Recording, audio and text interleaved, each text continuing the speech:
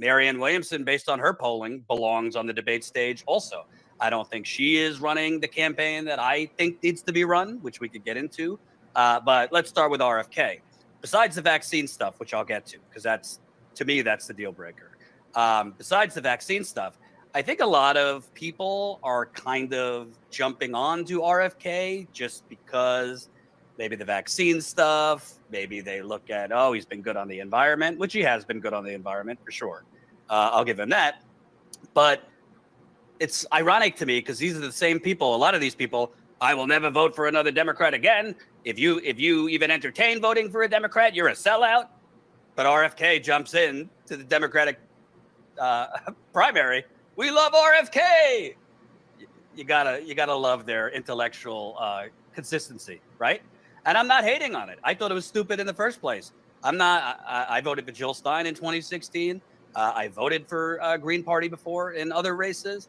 I'm not a vote blue no matter who person, but I'm also not stupid enough to say I will never vote for someone, even if there's someone that I'm impressed with or I believe in or I think will actually get in there and fight if they have a D next to the name. I think that is stupid.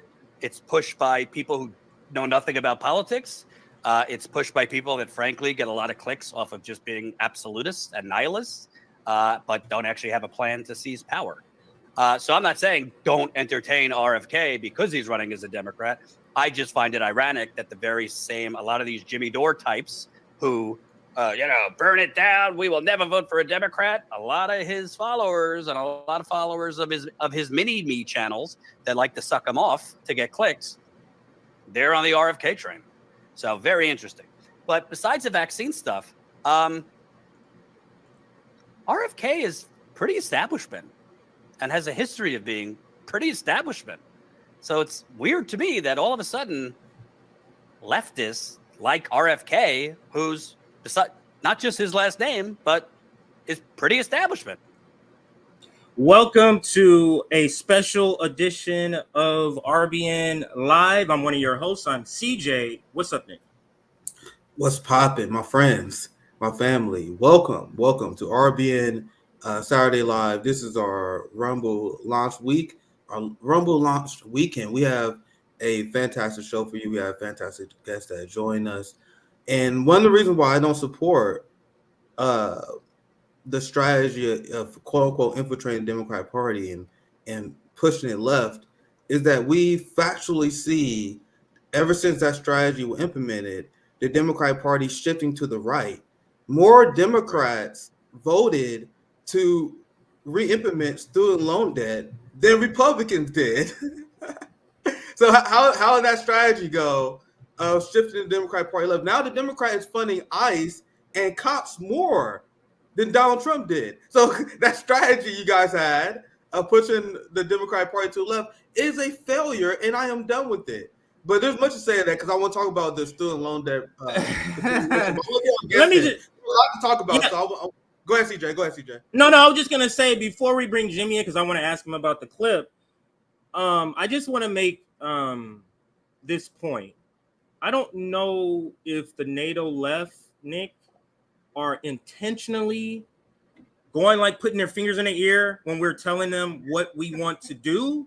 Yeah. Because they keep having this narrative of they have no plan to take power. Is the squad like are they taking power? Like what is he talking about? But anyway, I wanted to interject that before we bring in Jimmy. I'll let you introduce our guest, sir.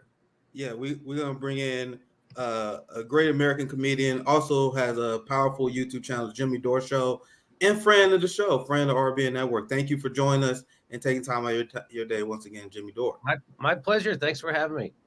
Yeah, absolutely. As I was just saying, we can start from there because I want to show you guys what the Democrats did, also with the Republicans, but I always got to emphasize this point because a lot of people believe that they are the lesser of two evil party. This from the Debt Collective. This debt ceiling bill permanently ends the pause on student debt payments. And we showed this segment yesterday where Joe Scarborough and Democrats are praising this bill and they essentially rubbing it in the working class faces. What's happened here? Student loan debt about to continue. Social spending was cut. And the crazy thing is you had a ton of progressive and liberal feminists who threw Me Too under the bus for this. for that. Was it worth it? Was it worth it? Jimmy, you have anything you want to add to this before I continue? So it started with Bill Clinton and George Herbert Walker Bush. People voted for Bill Clinton because he was supposedly the lesser of two evil. He was not the lesser of two evil. He was the greater evil, as Thomas Frank pointed out in Listen Liberal, because he got things done that George Herbert Walker Bush, as a Republican, couldn't get done. What are you talking about, Jimmy? I'm talking about NAFTA, because George Herbert Walker Bush tried to pass NAFTA, and back then the Democrats still kind of represented working people, and the blue dog Democrats wouldn't go along with NAFTA. And then Bill Clinton came in, and he was this popular guy. He was this new, fresh kind of a new Democratic Leadership Council kind of guy, and he gave cover to those blue dog Democrats so they could then go ahead and cut the legs out from underneath labor for a generation. And then that leads to black and brown people in Milwaukee not voting for Hillary Clinton because they know what the fuck they did with NAFTA, and they also knew what they were trying to do with TPP as she was running. They were trying to pass it at the top of their lungs. Plus, the rest of those black and brown people knew that Bill Clinton passed the crime bill with with Joe Biden, and they put half of those people in prison. So, and then they voted for Barack Obama twice, and their lives got worse. So, this whole idea of voting for Democrats because they're the lesser of two evil is a complete failure. In fact, it's a backfire. It leads you to get Donald Trump. And then because of Donald Trump, Democrats en masse stop talking about anything that has to do with revolution or overturning the corporation or stopping the wars or anything like that, because we have this existential threat. This guy, Donald Trump, who is a Hitler and a Stalin and a KKK supremacist. He's none of those things. Donald Trump is a con man game show host who the establishment loved right up until the point where the deep state couldn't control him on foreign policy. And that was that. Okay, I'll stop talking. I want people to remember that it was the Clintons that created the child poverty epidemic when they waged war against social programs in the 90s. It was Hillary Clinton and Bill Clinton that raised childhood poverty. And then they bragged when Joe Biden became president, we lifted X amount of children out of poverty with the child bullshit tax credit. And then they allowed the tax credit to expire. Then they cut social spending. So they went from saying that, oh, we lift children out of poverty, which was always bullshit. And now they factually put more children in poverty because that's a long-term Clinton legacy. She did it in the 90s, and now Democrats are doing it again with Joe Biden in the New Deal. And we called this weeks ago. We said that this exact thing was going to happen, and which is why we didn't cover it, because you saw all the media pretend they didn't know what was going to happen, but this was obvious. It was obvious they need some sort of theater to justify bringing student loan debt back, because there's a lot of political pressure against Biden for doing this. And now young people are going to continue to be crushed. You're going to have families continue to be plunged into poverty. This is Bloomberg. Go ahead, Jimmy. Go ahead, Jimmy. The greatest magic trick that the Democratic Party pulled off was completely erasing a majority of the party that wanted to overthrow it, right? Yeah. And so when Bernie Sanders ran, he won that primary, right? Or came very close and should have, and he was winning primaries and 55% of the vote, and then she would win the primary because of the super delegates and shit like that. Right. And then the news were reported as if she won. Man, Joe Scarborough went on that famous rant about why they even have voting booths. What's the point of this, right? So the greatest magic trick was getting those people who were in the majority to take over the Democratic Party for sure in the next election, right? They were just all gone. Nobody ever even talks about that anymore. They just, because Bernie Sanders tucked his tail, he got scared. Whatever they did to threaten him, it worked. Yeah. And he completely abandoned his own movement. Again, just like Barack Obama did when he got elected, they abandoned their own youth movement. They asked them to do nothing ever. And then he just folded them back into an anti-worker, pro-war party, and then they had complete control of government for 2 years, and nobody, I mean, even the YouTube left, nobody tried to push that goddamn the Democratic Party to the left to do anything that even Joe Biden ran on. A fucking conservative maniac like Joe Biden ran on the minimum wage. He ran on those $2,000 checks. He ran on a public option. They didn't make him even do the things he ran on. That's how bad it is. Let alone pull him to the left. They all went to the right. It's unbelievable. And still, so that's to me the greatest magic trick the Democrats have figured out how to pull off. They just erased all those people, and they all became like, oh well, I'm not vote blue no matter who, but sometimes I'll vote in an inconsequential way for a third party person, so it all went away.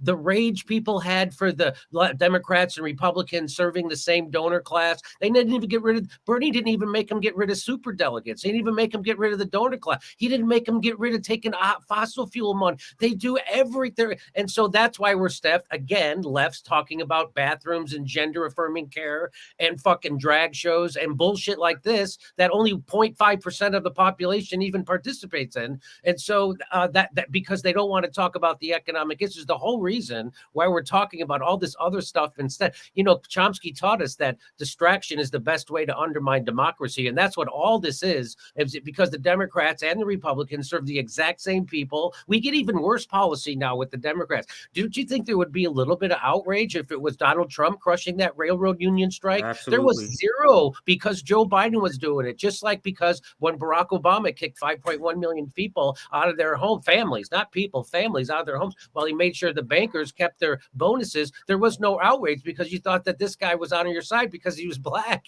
And of course he wasn't. He was the biggest puppet that Wall Street ever had. Julian Assange and WikiLeaks revealed that his entire cabinet came from Citibank. And I thought that half the party had woken up to this fact, but all it took was Donald Trump to make everybody go back to sleep, and then calling people like us, all the names they call us. I said before, we made a miscalculation because we thought the Bernie movement was bigger than it actually was, like meaning people that actually wanted to challenge the Democratic Party. We actually thought it was a movement. No, it was a bunch of liberals and Democrats who wanted healthcare. That's exactly what it was.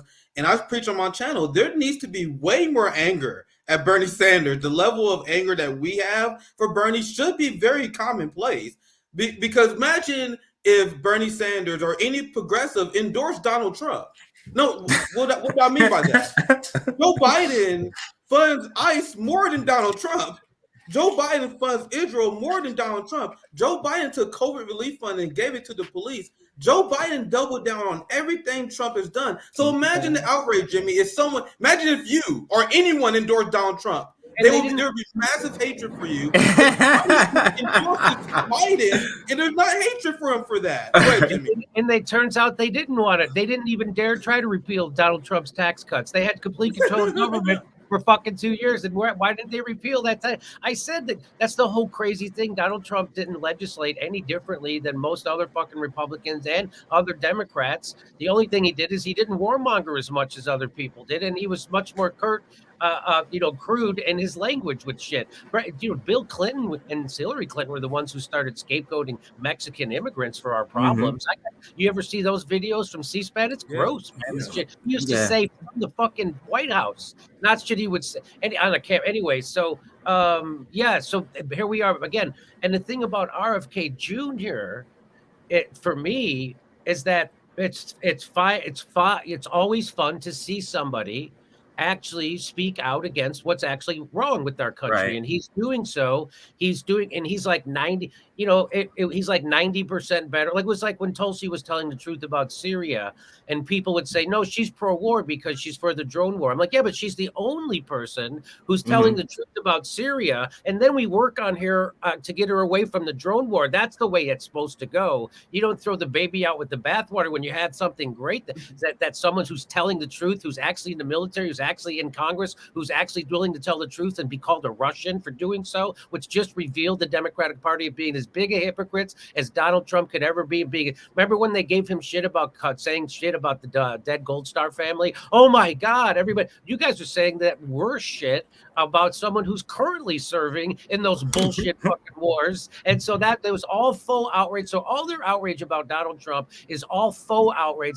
If you believe that they are outraged, that CNN and MSNBC and the political class at Donald Trump because he's lying in Washington, then I've got a bridge to sell you in Florida. What they're angry at Donald Trump is because he every once in a while tells a truth that you're not supposed to say, like, hey, the deep state is real and it's controlling things, and we're in oil. That's why the troops are there. By the way, they just announced they're building another permanent base. Yeah. Permanent in fucking Syria. We control a third of that country, 33%. And that's the part where they have all the oil and the part where they grow all the food. And if Putin was doing that, we'd be calling him a monster. But of course, we're doing it right next door as we pretend like we're Boy Scouts trying to help the people of Ukraine. What we're really doing is seeing how many Ukrainians we can get slaughtered until they say what they're done. And so we can try to put an economic hurt on Russia. And it's not working. It's actually backfiring. All the things they said Donald Trump was going to do, make our friends turn against us and join alliances against us. That's happening now because Joe Biden is making people have economic alliances, like Russia is getting together with China, right? We cut off Germany from Russia because we feared that. That's why the Nord Stream pipeline, there was a plan to blow it up before Putin ever invaded Ukraine. And so now the BRICS is happening. So there's all these economic powers centers joining together. Now South America is going to have their own world currency. Africa, everybody's starting to come. Saudi Arabia is now starting to sell oil in other denominations than the U.S. greenback. So these are all the things that they said Donald Trump was going to bring, and that he was embarrassing us and nobody respected us. This is exactly what's happening right now because we're run by a bunch of homicidal, murderous maniacs who do blood money. That's all we have, a death economy. What we do, and we do, if people saw a map of all the military bases we have around the world, we have 400 military bases surrounding China since the Korean War. And we're pretending someone else is the terrorist in the world. And so now China and Russia are starting to bring peace to the world. And they're starting to go to Africa and invest instead of investing in civil war and trying to coup their leaders and then steal their natural resources, what NATO and the United States and the World Bank does, and the CIA. So they're bringing peace. They now have Syria back into the Arab League. They brought Iran talking back together with. So it's amazing the peace that's happening, and all the United States knows how to do is give billions of dollars to the CIA to go foment civil war and try to decapitate people, create instability, like we did in Libya, which was the most successful country in all of Africa. Everybody had healthcare, everybody had food, everybody had education, everybody had a job, and then we went in there and we funded the ISIS and terrorism, and now it's a failed state, and nobody has anything, and they have open slave markets. That's what the United States does, and now China and Russia are coming in, and they're bringing peace to those places and investment. And the United States is being wiped out of the world. People are done. Even now, France is signaling they're done working with the United States, and they want people to stand up to us against in relations to this Ukraine war. Wow. And so that's what's happening. They said all this was going to be happening with Donald Trump. It's all happening now because the neocon war maniacs that are sanctioned by Wall Street are back in charge in the military-industrial complex. But of course, nobody hears this story because if the news doesn't say it's a story, meaning Rachel Maddow and Anderson Cooper and Sean Hannity, if they don't say it's a story, then it isn't a story, and nobody fucking knows about it. And Americans don't know, as you always say, Nick, that they're the most propagandized country in the world. And so, all right, I'll stop talking. All right, let me chime in. Yeah, let me just chime in really quickly because one of the things you said there, Jimmy, is that, like, I think corporate media, a lot of people are very surprised at the showing of RFK. And to your point that you're making, like, I'm not going to vote for a Democrat, but to speak to the point that you're making about RFK, the reason he is so, like, people are into him is because he's against the war. He's against a lot of things. And of course, the COVID thing, he's against. I think it's war and COVID why people are for him. And it's so funny to see the NATO left, I played that clip, kind of act like, RFK is like way worse than Marianne Williamson. It's so ridiculous that RFK, and this is the thing, and I think that's what Jordan was speaking to in the video. When you're not part of the duopoly, you can talk about it unbiasedly. Like, so I'll say good things about RFK. I'll say good things about this person. It doesn't mean I'm going to support them, but they see that as a sort of support. And I just think it's very weird, Jimmy, and I just want to get your take on the Jordan video that we played earlier, calling people nihilists who don't want to support the Democratic Party, who's saying, I'm not involved in that. But it's curious to me that the NATO left, they find ways not to support RFK. Because if you're a person who's a leftist and you're saying, I'm going to support a Democratic person in the primary, the best choice is RFK. That's the best choice, not Marianne Williamson. Even if he doesn't believe in Medicare for all. And to that point, we have to stop thinking that leftist boils down to Medicare for all. It is, we have to get out of that. Like, Medicare for all is not really a left thing. In other countries, conservatives want healthcare for everybody. So that is not it. But what is your reaction to the intro video from Jordan? I don't know if you saw it before today, but what is your reaction to some of the things he said? I don't know. I didn't see it, but I wanted to make a point about wouldn't it be amazing? How exciting if there was an elected Democrat saying the things that RFK Jr. was saying? Like, Right. wouldn't that be amazing? And then reporters would have to repeat it back to other politicians and say, "Hey, did you hear what this person said? And what do you say about that?" And then people would be talking about it, instead of now they're trying to pretend he doesn't exist and everything he says is crazy. And I've heard people say, like, I think Crystal Ball, might have said that it was a red line for her, that if about his stance on vaccines. And I was like, I that's a funny thing. Like, hey, if you get vaccines right, I'm not going to vote for you. That's a weird thing to say. That's a weird line. That's what I commented on as well. Like, I don't understand why someone's opinion on health policy is a red line, but someone voting to fund Nazis in Ukraine is not.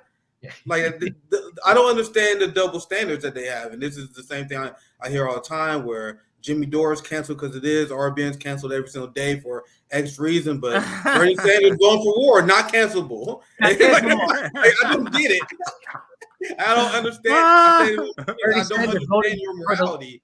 Bernie Sanders voting for the largest upward transfer of wealth in human history and getting fucking crumbs for it, as AOC said. That's not cancelable. Then he just made a mistake.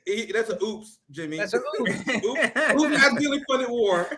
Yeah, they're all fucking war pigs, and that's fine. Like, that's supposed to be the red line for being a lefty, is you're not supposed to be able to support empire and imperialism and the murdering of other brown people and whoever for economic gain from the military industrial complex in Wall Street. That's supposed to be a dividing line. But the Democratic Party is in bed with Wall Street and all those people. They all serve them. Bill Clinton and Al Gore started that thing called the Democratic Leadership Council. Do you know who was on the board of directors of the Democratic Leadership Council? Koch brothers people were on that board, and they funded it.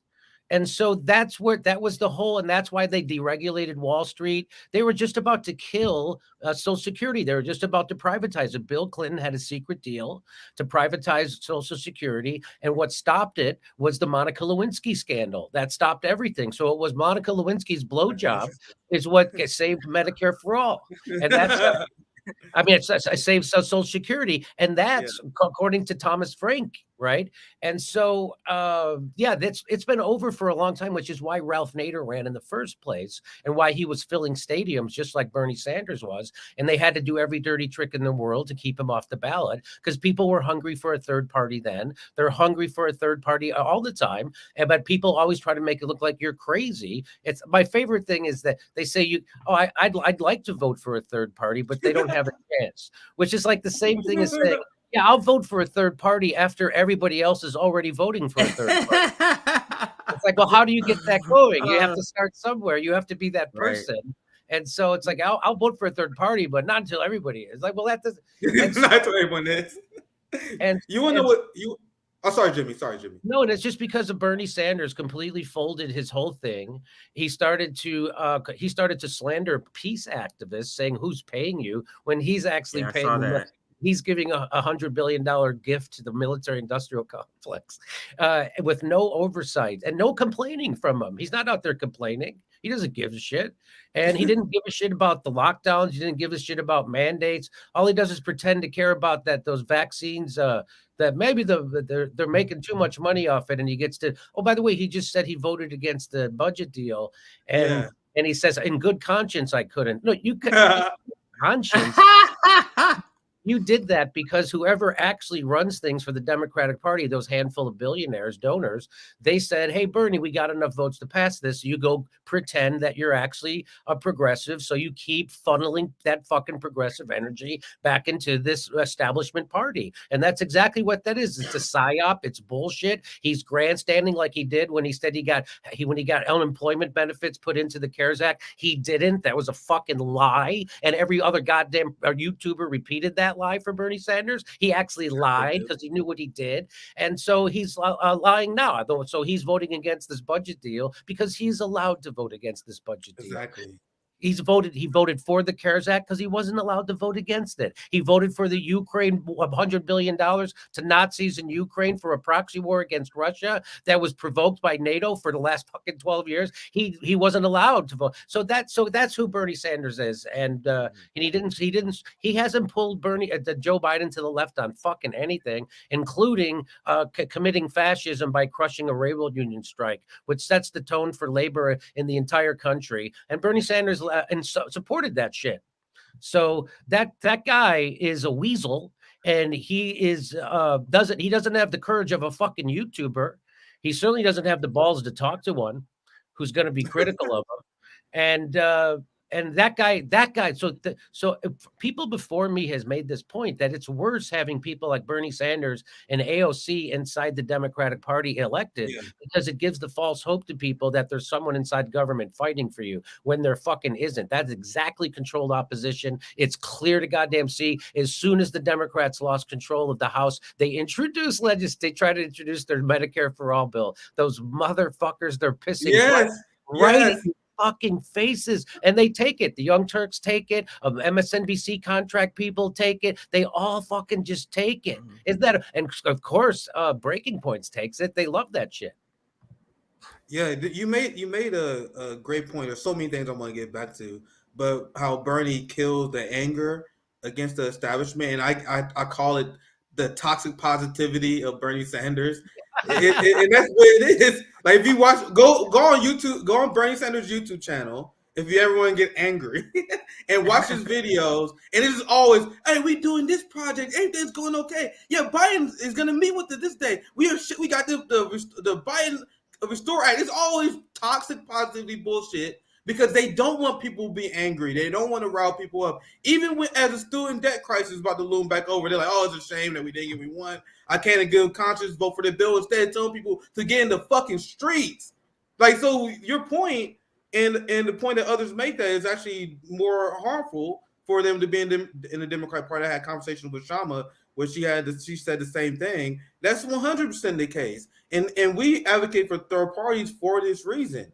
And this is why I believe that RFK and anyone who actually is serious anti-imperialist should run outside the Democratic Party. The same way that they are ignoring him now, they will try to ignore him as a third party. The same way that he's about to do a Twitter space with Elon Musk, he can do a Twitter space with Elon Musk as a third party. There's a lot of different techniques and tactics that you can use 100%. As a third party. And there are a lot of people who make a lot of bullshit excuses on why they don't want to run third party, because at the end of the day, I think they just don't want to upset the establishment to a certain degree. To a certain degree, they don't want to upset the establishment. One more thing I want to say, because there was a lot to break down there.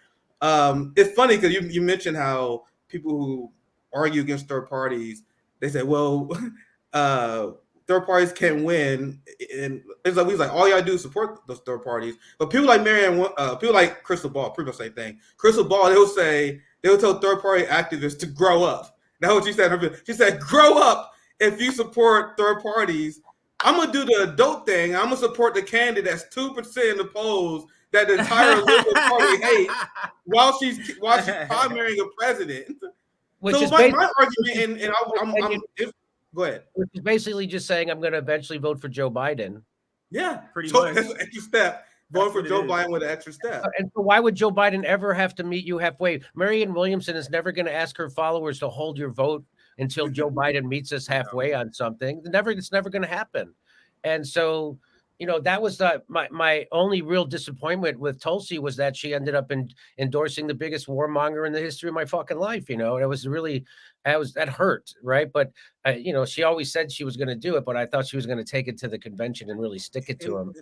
And that's why we called out Marianne Williamson and her lying supporters, because they are pretending that she had a plan to dim exit, run third party. But I explained to people the reason why Tulsi endorsed Joe Biden is because they have a contract. In order to run in a Democratic nomination, you have to endorse the winner. That's in the DNC contract. And I don't know what's the penalties for breaking that contract, but apparently it's strong enough to keep Tulsi in line. That's for damn sure. So if Tulsi's going to follow that contract, to me, there's zero chance that RFK or Marianne Williamson is going to do what Tulsi did not do. But any last thoughts, and we can move on. Any last thoughts, Jimmy? Well, isn't it funny how they said Tulsi was a Russian asset? That came from Hillary Clinton, former First Lady, Secretary of State, said publicly she was a Russian asset. And then as soon as she endorsed Joe Biden was like, oh, thank you, you're a great patriot. So I want to shift to this topic. I want to make sure we get to a few of these.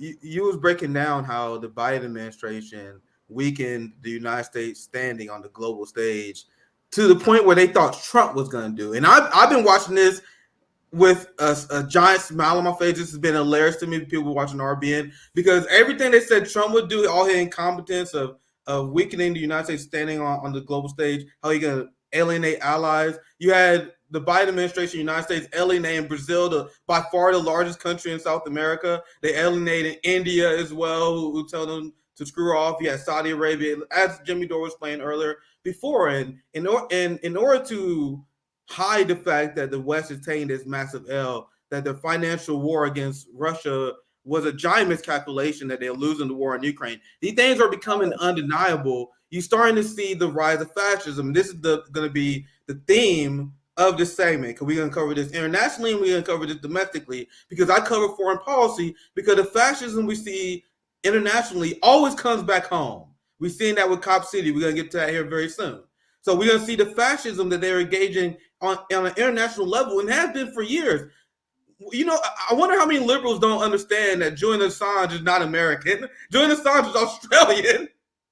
Like, the United States is so unhinged. We took journalists from other countries and locked them up for exposing U.S. war crimes. And they was like, this is the warm-up. That was just the warm-up. And there's a few stories just back to back recently showing the emerging fascism that Jimmy was warning you about, what RBN was warning you about, what Max Blumenthal, you see here, was warning about for some time. You had Gonzalo Lira. And I know him as someone who spoke up against the Ukrainian war. We don't agree on everything, but for goddamn sure we agree on the Ukraine war. That's something that he nailed consistently. And I actually saw this, I'm a little bit late on this story. Like, I saw this like maybe a day or two ago, and I was like, what the fuck? So I want Jimmy and CJ, I want you guys to respond to this, because we have two instances of this. You have the U.S. citizen Gonzalo Lira faces long prison term for questioning the Ukrainian government narrative of its war for speech crime. He has been disappeared, possibly tortured, and the State Department refuses to acknowledge him. But this is the country that we are saying is fighting for democracy. The country that banned opposition parties, that banned the Russian language and torturing people that speaking out against them. Last one, I'll get you guys' thoughts on this, because this shows you have the Ukraine government cracking down, and you also have the British police who detained Kit Clarenberg of the Gray Zone and interrogated him essentially over his political beliefs in the report on Ukraine. So this is just one example of the rise of the international fascism. We get to the domestic version here very soon. Jimmy, CJ, we start with Jimmy. Anything you guys want to add to this? Any concerns on? As predicted, when Barack Obama repealed habeas corpus in the NDAA Section 1021, where he repealed the right to a speedy free trial, all they have to do is deem you a terrorist, and they can give you what they call indefinite detention, which is what they can lock you up without real charge and they can lock you up without a trial, which is what tyrant kings used to do, which Yes. is why in 1100 they came up with fucking the habeas corpus. It's in the Magna Carta, and they repealed that now, which means that we're operating on a liberty view from somewhere around the 1100s. So, and that's why all they have to do is say that Gonzalo Lara is a terrorist, and they can, and that's what they did to Kit Clarenberg, right? So they, and if you, that thing you just showed was their kind of like their warrant to interrogate him under the terrorism law, and that he was doing, you know, computer terrorism, and this kind of what he's doing is exposing the, you know, the state, and the they can't have that, right? Just like when the Guardian, we covered it yesterday on my show, when the Guardian used to be a good newspaper, they actually printed WikiLeaks and Julian Assange. They actually printed, they were the ones who did that Snowden leaks. And then immediately the intelligence community infiltrated the Guardian, threatened them, made them destroy their computers on video, and a way to humiliate them, right? Because they knew that wasn't destroying all the WikiLeaks and all that Snowden files. They knew that, but they made them do that anyways. The editors and the deputy editors of the newspaper, the intelligence community, the cops withholding the power of prosecution and jailing them and kicking them out of the country, made them destroy their own computers as a symbol to other journalists, like, you better fucking watch it. And they did. And then immediately one of the editors of the Guardian went to sit on the censorship board of the government. That was that. And so then they started feeding them fake exclusive stories from the MI6, which is their version of the CIA. And then they would just started feeding. And so then they hired Luke Harding, and now they're just mouthpieces for the intelligence community. And so I don't know what got me started on that, but that's the people don't understand. But of course, the Young Turks reported that what the Guardian says about Julian Assange, that they did that big lie that Donald Trump's campaign manager met with Julian Assange at the Ecuadorian embassy, the most photographed building in the world, and somehow didn't have a picture of it, right? But the Young Turks still reported that is still up to date, that video on their site, and they just happened to take $20 million from biggest DNC donor. Anyway, so back to you. Yeah, I remember Democracy Now! Also smeared Julian Assange, and they actually haven't apologized for that as well. They done good work defending Julian Assange, but they also covered the Russian asset bullshit uncritically, and that's something that they have to be held accountable for. They got to answer for that. And Jimmy, you want to chime in?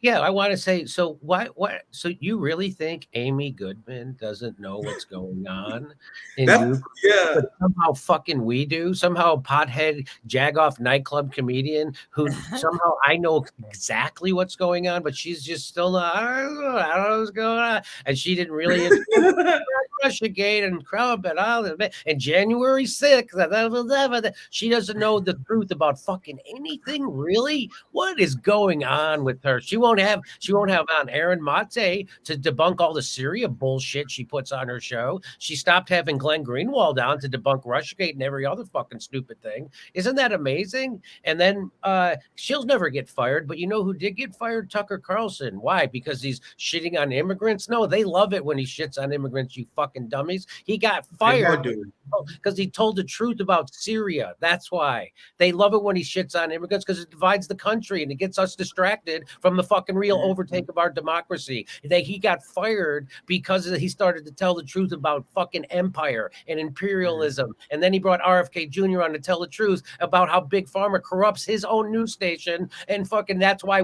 all the COVID narrative was the COVID narrative on the TV news, and that he was gone. That's why he got fired. You don't get fired from corporate America for lying. You don't get in trouble in politics for lying. You get in trouble in politics for telling the truth, and you get in trouble in corporate news for telling the truth. And for whatever fucking reason, Tucker Carlson decided to do really good work, and he's been doing really good work on foreign policy since the Syrian war. Amy Goodman is very frustrating because she would have she's good and bad. She will have good guests on every once in a while. She will have Chris Hedges on. And she'll have people on that will explain why the Ukraine war is actually a U.S. proxy war against Russia. Like, so the thing is, she will have people on that will do a great job explaining shit. And then the next episode, she will come on without retaining any of the information. So I'm like, that's the thing that's frustrating. It's not that she don't know it. Like she played dumb. Like I'm like, you just talked to Chris Edges about Ukraine. You just had Sean Skinner about Ukraine. How are you? And your criticism, Jimmy, is legit. There's guests they don't have on that they should.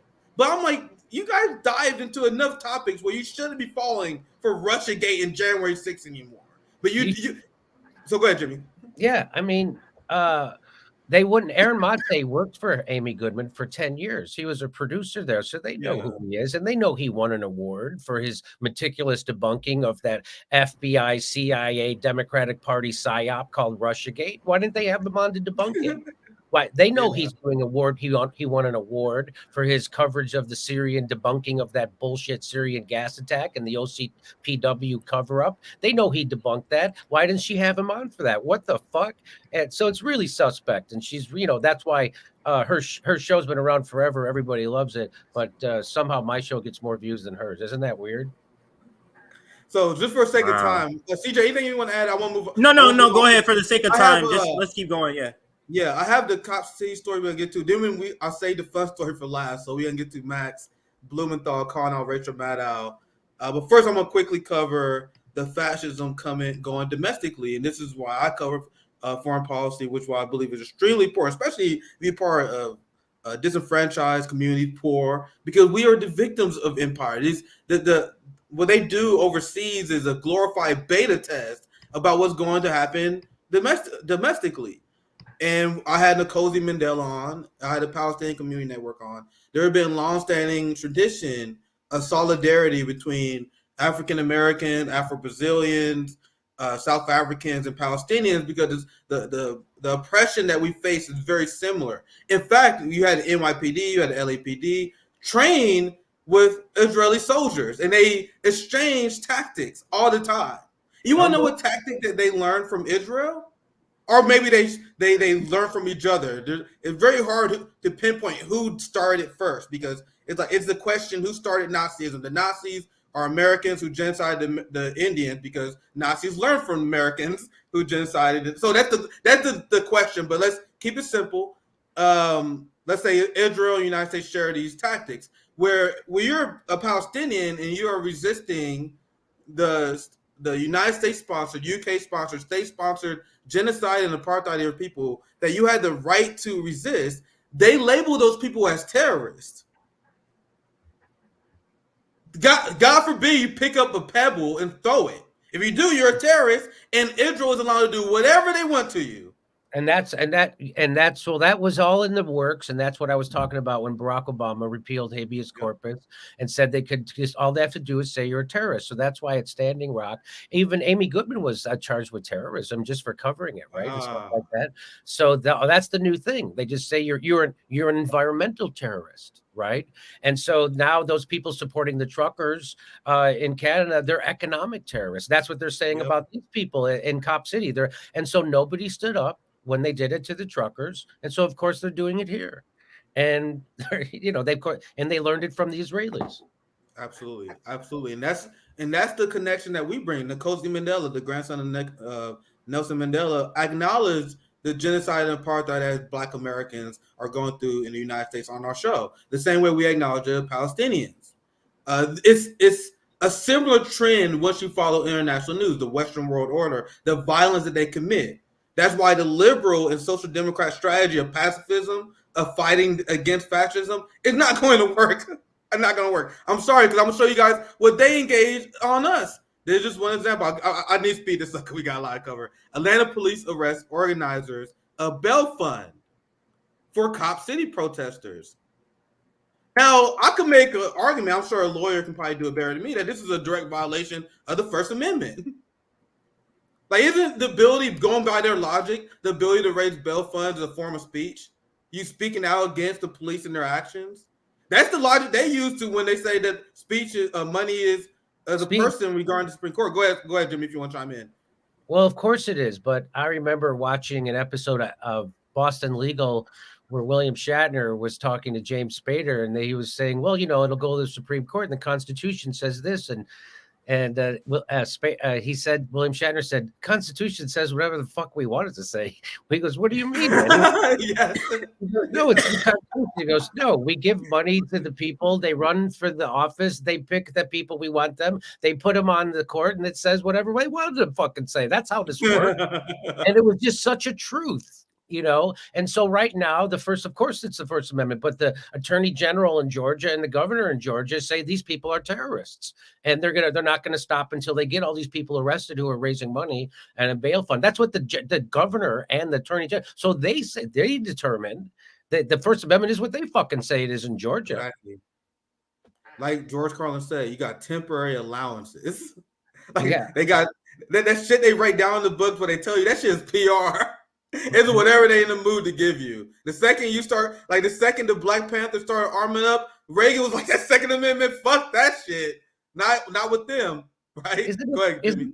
Isn't it funny too how they make a big deal about when a Republican gets to choose a Supreme Court member, as if a Democrat ever picked a champion of the working class in their lifetime? That's why there's so many decisions, 8-1, fucking 9-1, all that shit. They all agree on most of this shit. They're all corporatists. They all are against the worker and the common man, and that's because of the Democrats and the Republicans. And the reason why we all know that Barack Obama tried to hold the Supreme Court nomination over people's heads so you'd vote for Hillary because she's so fucking repulsive. They knew nobody would otherwise, and it still didn't work, and they lost it. And as soon as they lost that Supreme Court seat, a bunch of Democratic senators said, yeah, we should have fought for more harder, and we didn't because we made a miscalculation. But there's a lot of people who make you think that the reason why the Supreme Court is the way it is because Jimmy Dore.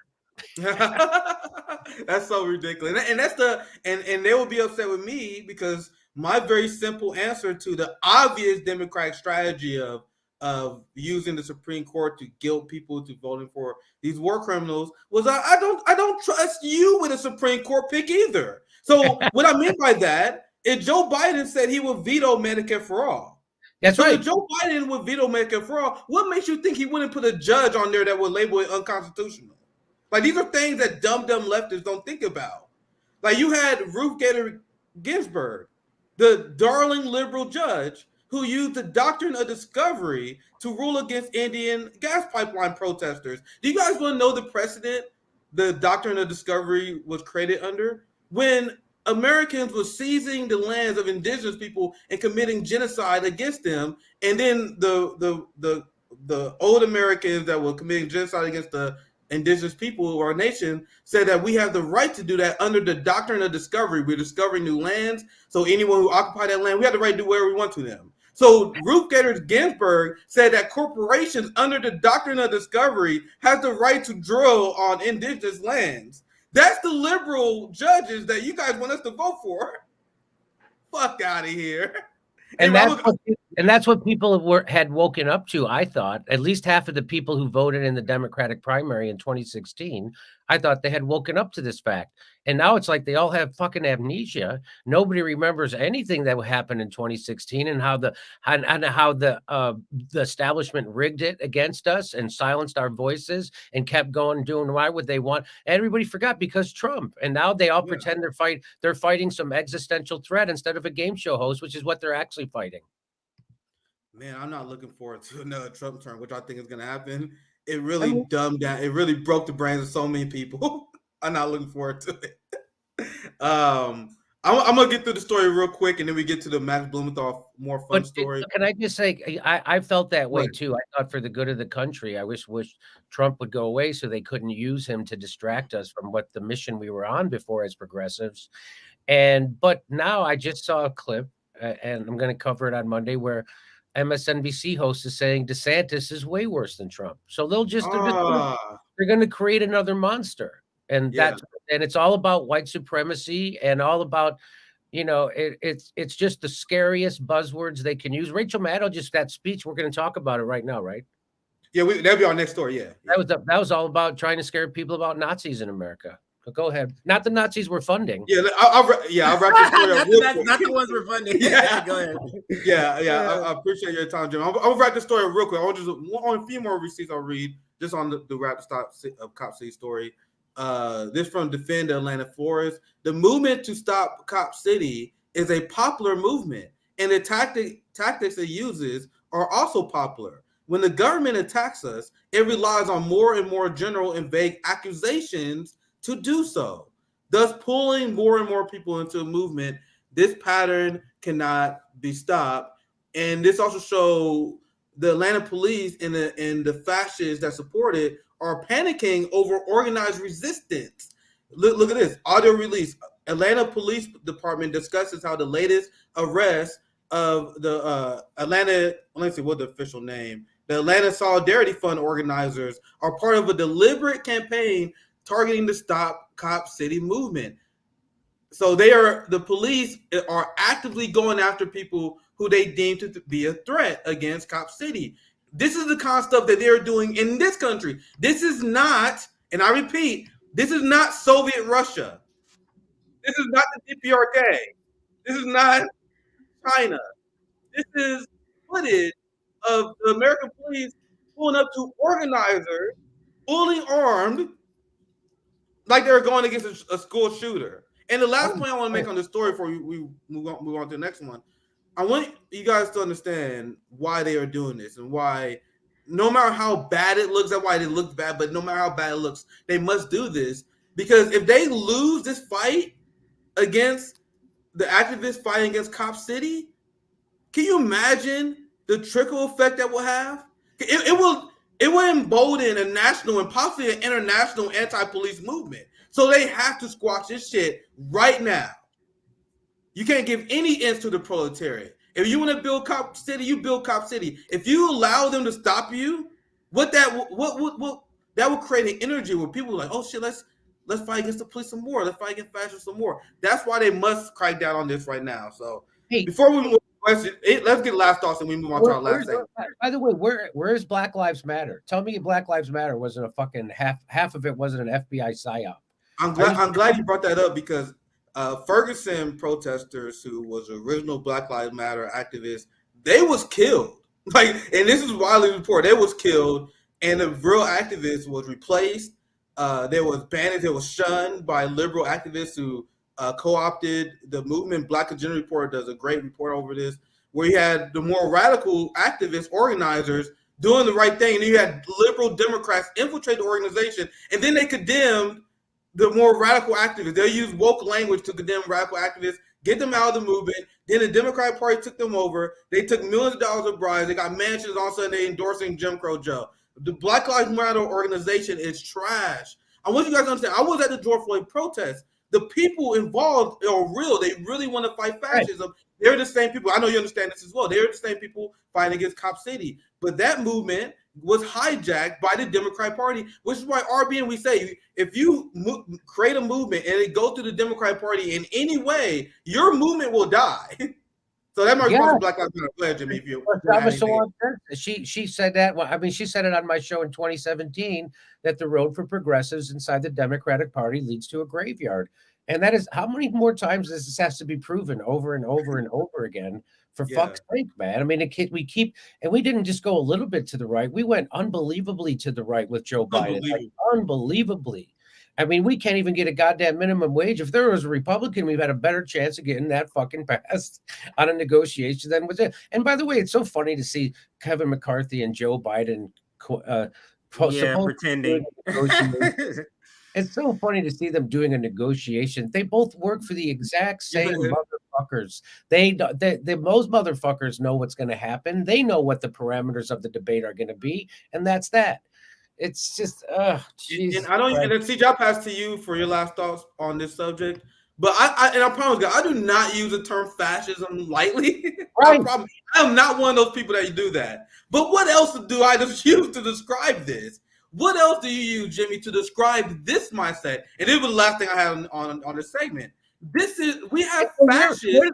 Where the fuck is Chomsky? Where the fuck is Chomsky on the truckers when they did that shit to the truckers? And then where are the people who are supposed to be leaders on this shit? Where are the artists? Where are the fucking musicians? Where are the people like Chomsky?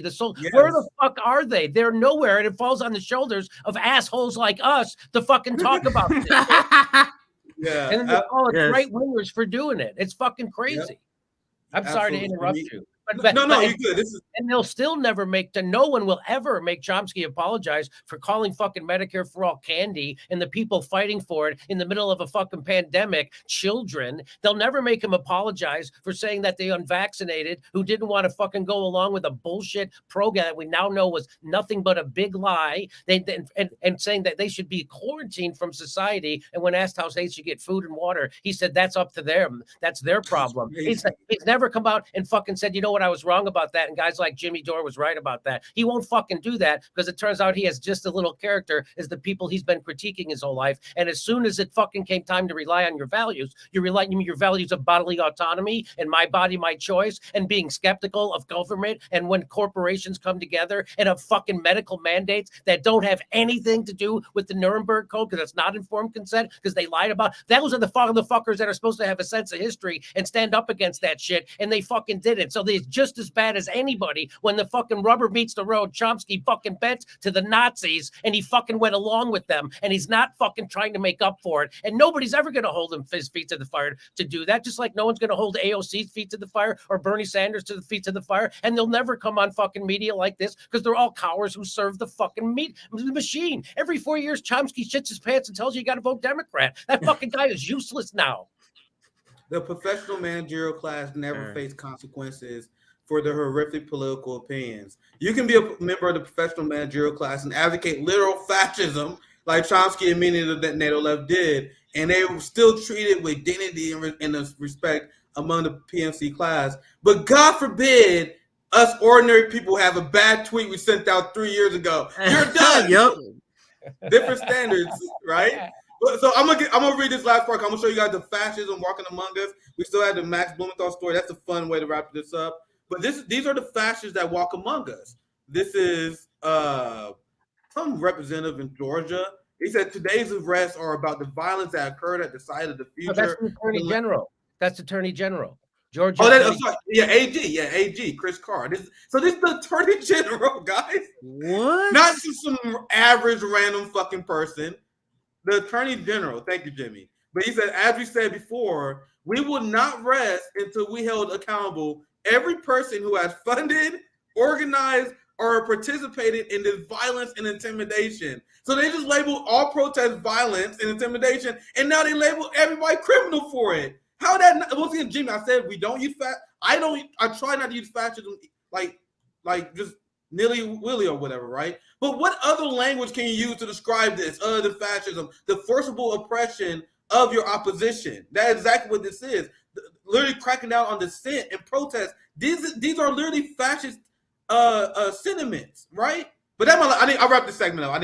Why isn't the Democratic Party establishment chiming in on? Where is Stacey Abrams?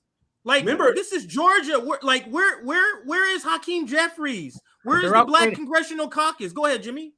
They're busy funding a new police force to the tune of $2 billion. That's what there's a lot of work to do.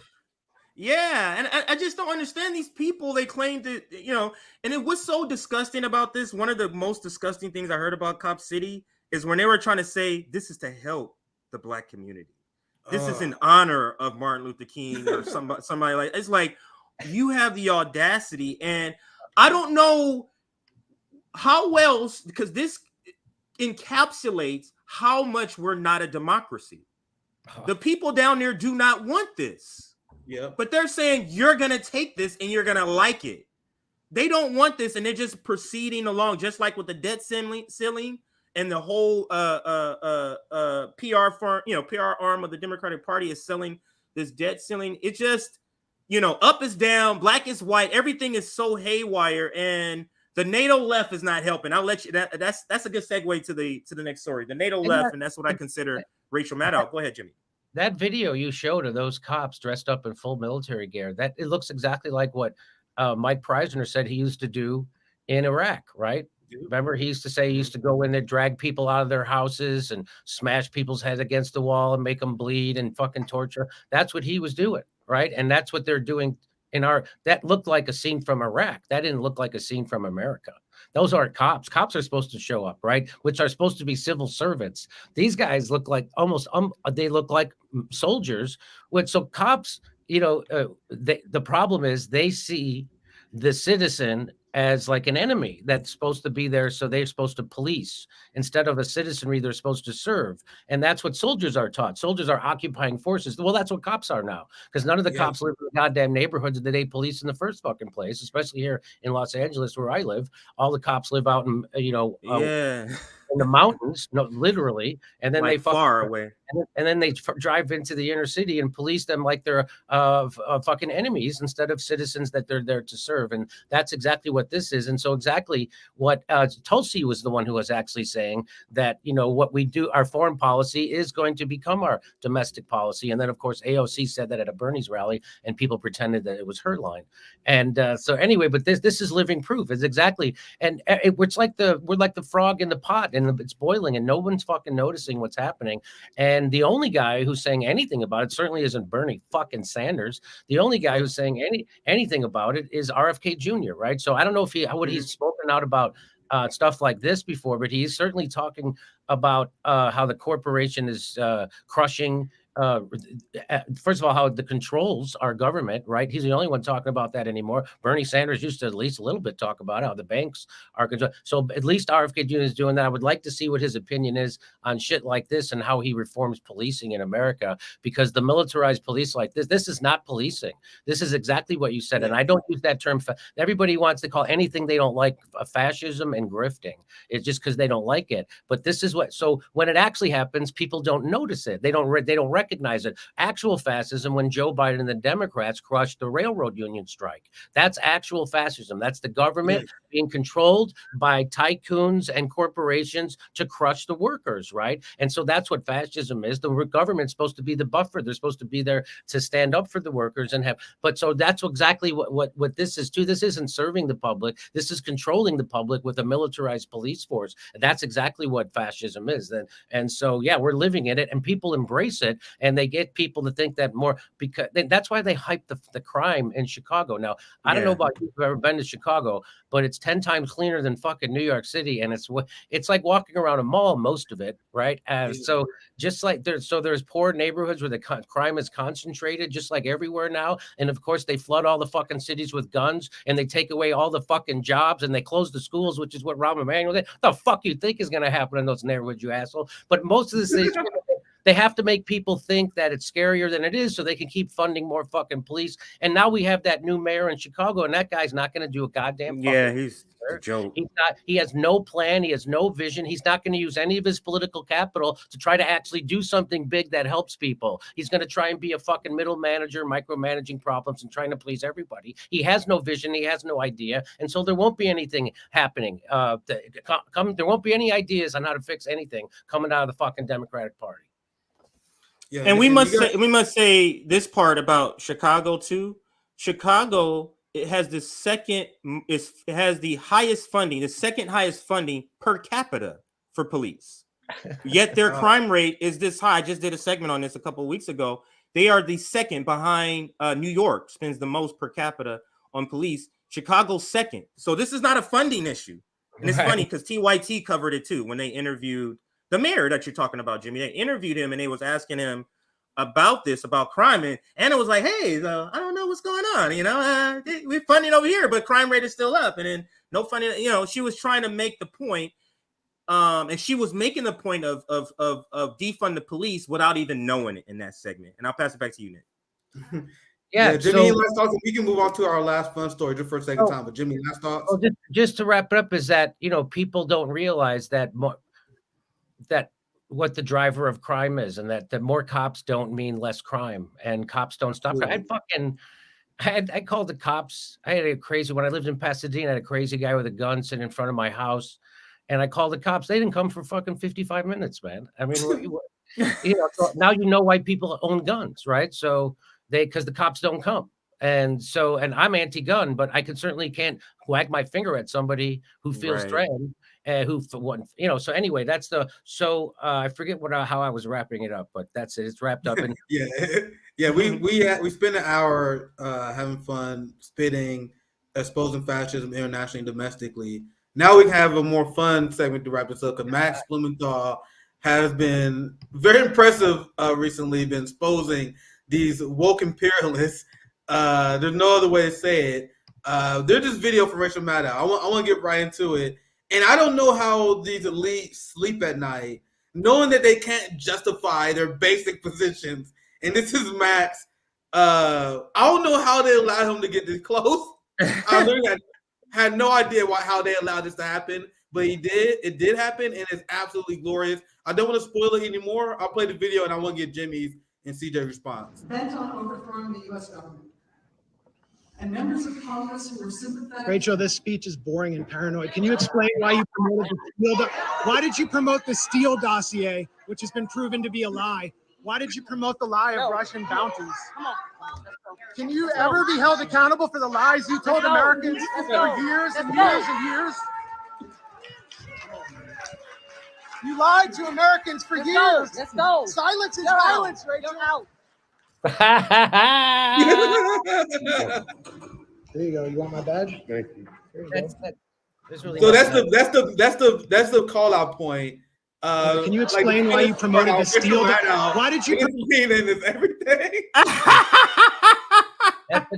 Yeah, people are putting out those memes that say that's what a corporate tool looks like when she encounters a real journalist. Do you think, Jimmy or Nick? Do you think she's never heard of this critique until this Max incident? Like this is like the first time. What do you mean? I was lying about Russiagate. What do you mean, Max? Like, I think do she you knows think this is the first time, or I think she knows it, and then Max came up. She looked at him. That's why she did this look. This is my theory. She did this look because she wanted to see his badge. Are you NBC? Are you a legit journalist? And then when Max started calling her out, she's like, "Oh shit, there's the critique I can't defend against. Security, a real journalist is actually in here." So to answer your question, she 100% knows she's full of shit. I don't know how the people sleep at night. I guess $40,000 a day would do that for you. $100,000 a day. Her contract is 35. Her contract is, I'm pretty sure it's $35 million. Her latest contract, which works out to $500,000 a week, which works out to $100,000 a workday. That's what she makes. That's so, and that's why you don't care. You don't care. You don't have any shame after that. And that's why, like, look at. I'll play the video again. Look at her reaction once she realizes this is not an NBC reporter. She immediately looks up like security. Get this peasant. We know Max Blumenthal's not a peasant, but if you make $100,000 a day, all these motherfuckers are you, right? So she's like, security, get this peasant away from me. So I'm gonna play that part again. Look at her reaction. Her reaction once she realizes who that is says everything to me. Bent on overthrowing the U.S. government. And members of Congress who were sympathetic. Rachel, this speech is boring and paranoid. Can you explain why you promoted the Steele? Why did you promote the Steele dossier, which has been proven to be? Look, you see that look? Security. But look at her face. Look at her face, and then we'll get Jimmy's. But look at her face. She is looking to say, how did you let this clown in here? That's the look she has. How did you let this real journalist in here? Have you not, did you not get the list, the guest list at the front? Keep out Max Blumenthal, keep out Jimmy Dore, keep out RBN, keep out Aaron Mate. It is truly disgusting to me, though, that she has not been held accountable. Has she even addressed it, Jimmy? Have you heard her address it?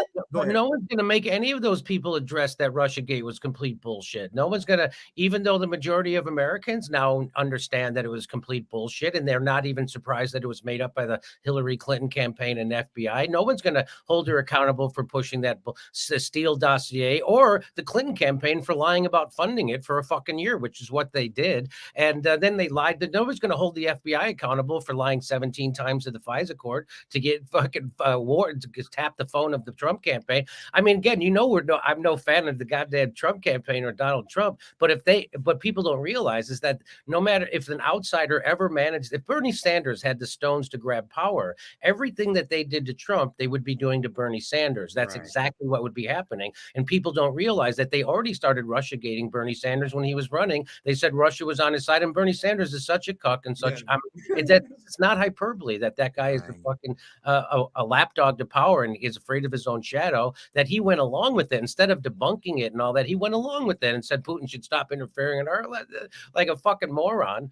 And so, and then whatever. So what they're doing to Trump, they're having trumped up charges of from the DA Bragg in New York. They passed a law so that woman could sue him in civil court. Just that one. It's the crazy. And they went into his the FBI agents, turns out, didn't want to go into his house and his closet. They knew it was fucked up and they shouldn't do it, but they were made to do that anyway.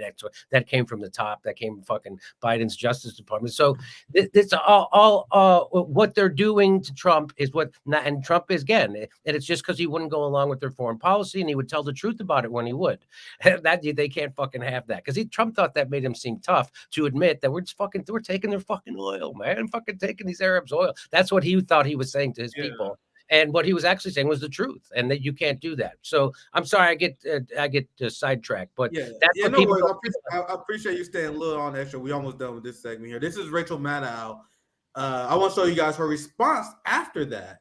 I cut the video off because the last like 20 seconds of the video, you see Max standing there with the reporter trying to recast what happens there. But this is Rachel after he leaves the scene. So like if you're an ordinary person, which none of those people are, they all DNC donors, capitalists, people part of the machine. But the average person, after seeing Maddow get caught out by that, like the whole vibe would be ruined, right? Like imagine Jimmy, you doing a show and someone called you out for being a fraud and you trying to continue. It'd be kind of awkward doing the show after doing that. But Maddow, because she make $100,000 a day, I should say, that's news to me. Look how shamelessly she just walks out being exposed as a fraud.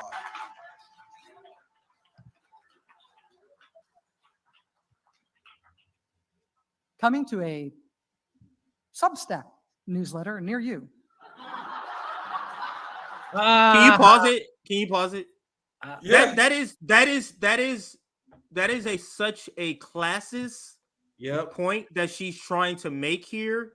And what she's saying, and this is why they cheer, what she's saying is that's not state media. That's not state media. That's essentially what she's saying here. Yes, state media is only welcome here, and he's not one of those. Go ahead, Jimmy. That's not establishment sanctioned media. Ha ha ha. That's just anybody can say anything. It's not filtered through a corporation or a bank or an advertising company. It's just they can just say whatever that play. Yeah, Seymour Horst has a Substack too, and he reported something on the Nord Stream pipeline. So what are you talking about, Rachel? She is one of the disgusting people on media. To me, she had me, Jimmy. I was one of the people in the beginning who believed Russiagate before the Mueller report came out. Then I started. This was one of my turning points from the Democratic Party was Russiagate. I woke up in the middle of it and I was like, this shit. But I was the one that watched Rachel every day when she had the whole wall. Remember that whole wall she had, a listing of things and that. I literally I was like, wow, Trump is a spy in the damn White House. What the hell's going on around here? Yes, I believed it. I believed it until I didn't, until I start to just go deductive reasoning. Because what you have to do, Jimmy and Nick, to believe this stuff, you have to suspend your own logic that you've lived through for decades. You have to go, what I've lived through a human nature before, let me suspend that and just go off of what this propaganda is. And I'll pass it back to you guys. Yeah, and I actually was joking around when in my monologue I had Rachel calling Max Blumenthal a peasant in my little skit, but that's literally what she does. Like this is her way. That's literally that's just some fucking peasant who works at Substack. Coming to a Substack near you. That's literally her way of saying that. Wow. When you think about that is so class. That's such a class thing. And think about this. She's at a thing called TrueCon. And who is it sponsored by? It's sponsored by the biggest weapons manufacturers in the whole fucking world. She's being paid by she's being paid by that's a Raytheon and all those fucking companies are sponsoring this. And that it's called TrueCon. It's from the Truman Institute or something. And that's just Max talks about it in his tweet thread.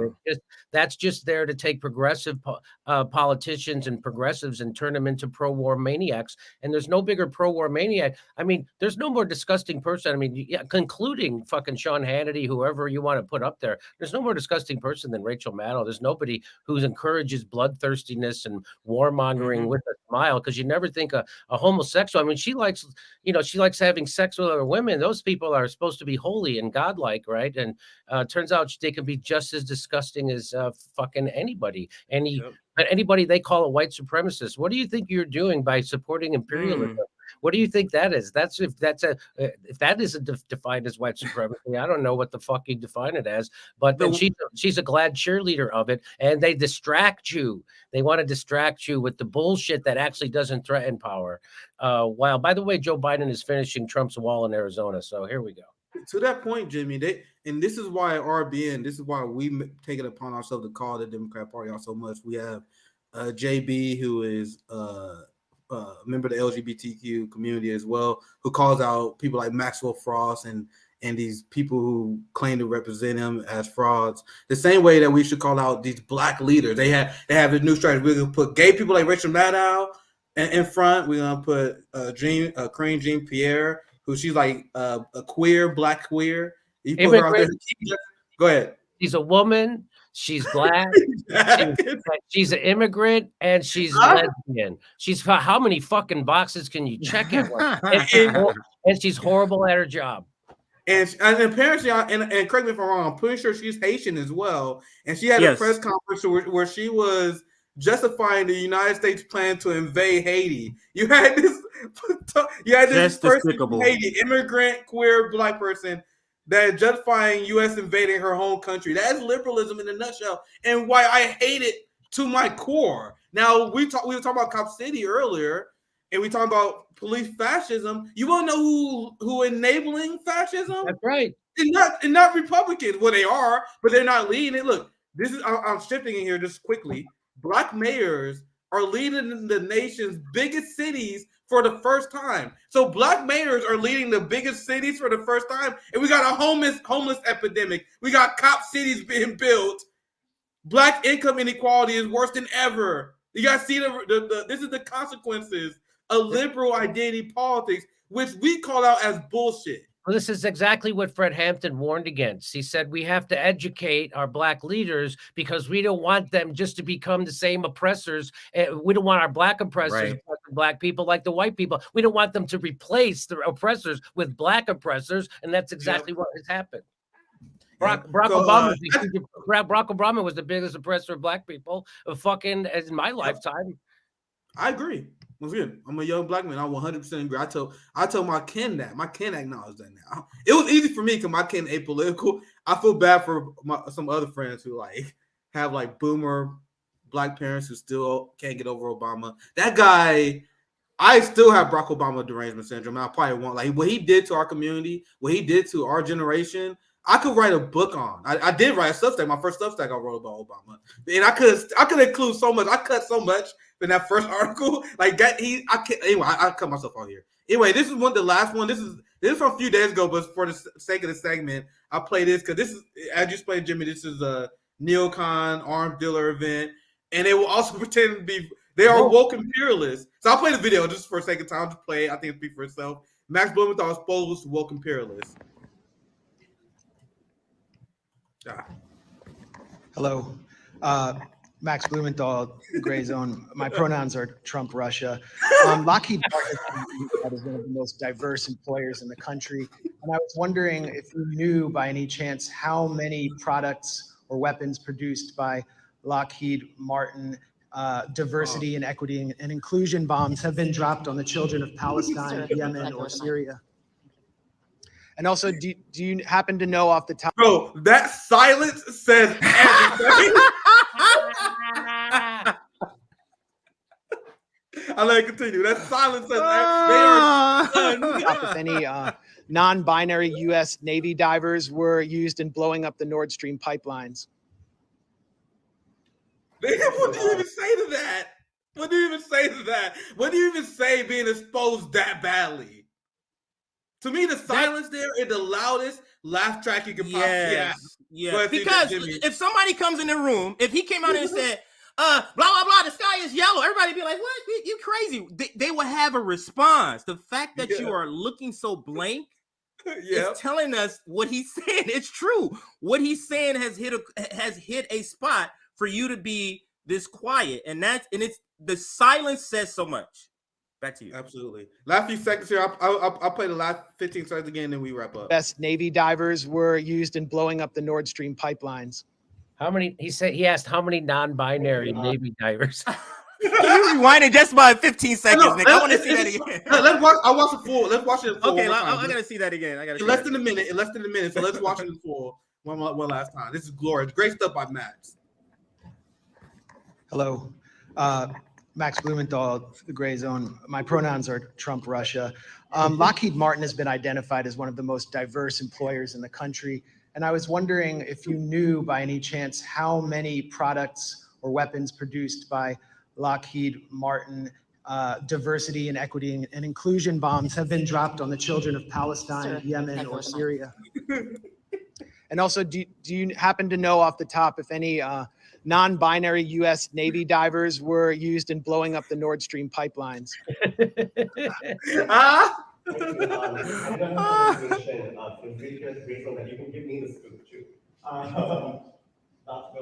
So I can't even hear what they said there, but that was a. I'm literally crying, dude. That was a glorious bit. That's a glorious bit. Whoever it was on the whatever shill that was on the panel tried to make a joke out of it and said, "Well, I don't know, but if someone here to please tell me, and then we'll both know." Ha ha ha! He laughed. No one else did. Right? They were still in shambles. Like, Yeah. CJ, everyone there was still in shambles. They were still processing what the hell was going on. The security person that went up to Max, I think, was the first person that understood that was going on. It's like showing up to a place with a bunch of like people who have committed a crime, and they're just trying to see, what do you know? Let me see what you know about what I did. You know what I'm saying? That's what it feels like to me. But go ahead. Anyway, great stuff by Max. Jimmy, I'm gonna give you the last word. Any last things you wanna? Any last thoughts before we send you off here? I appreciate your time today.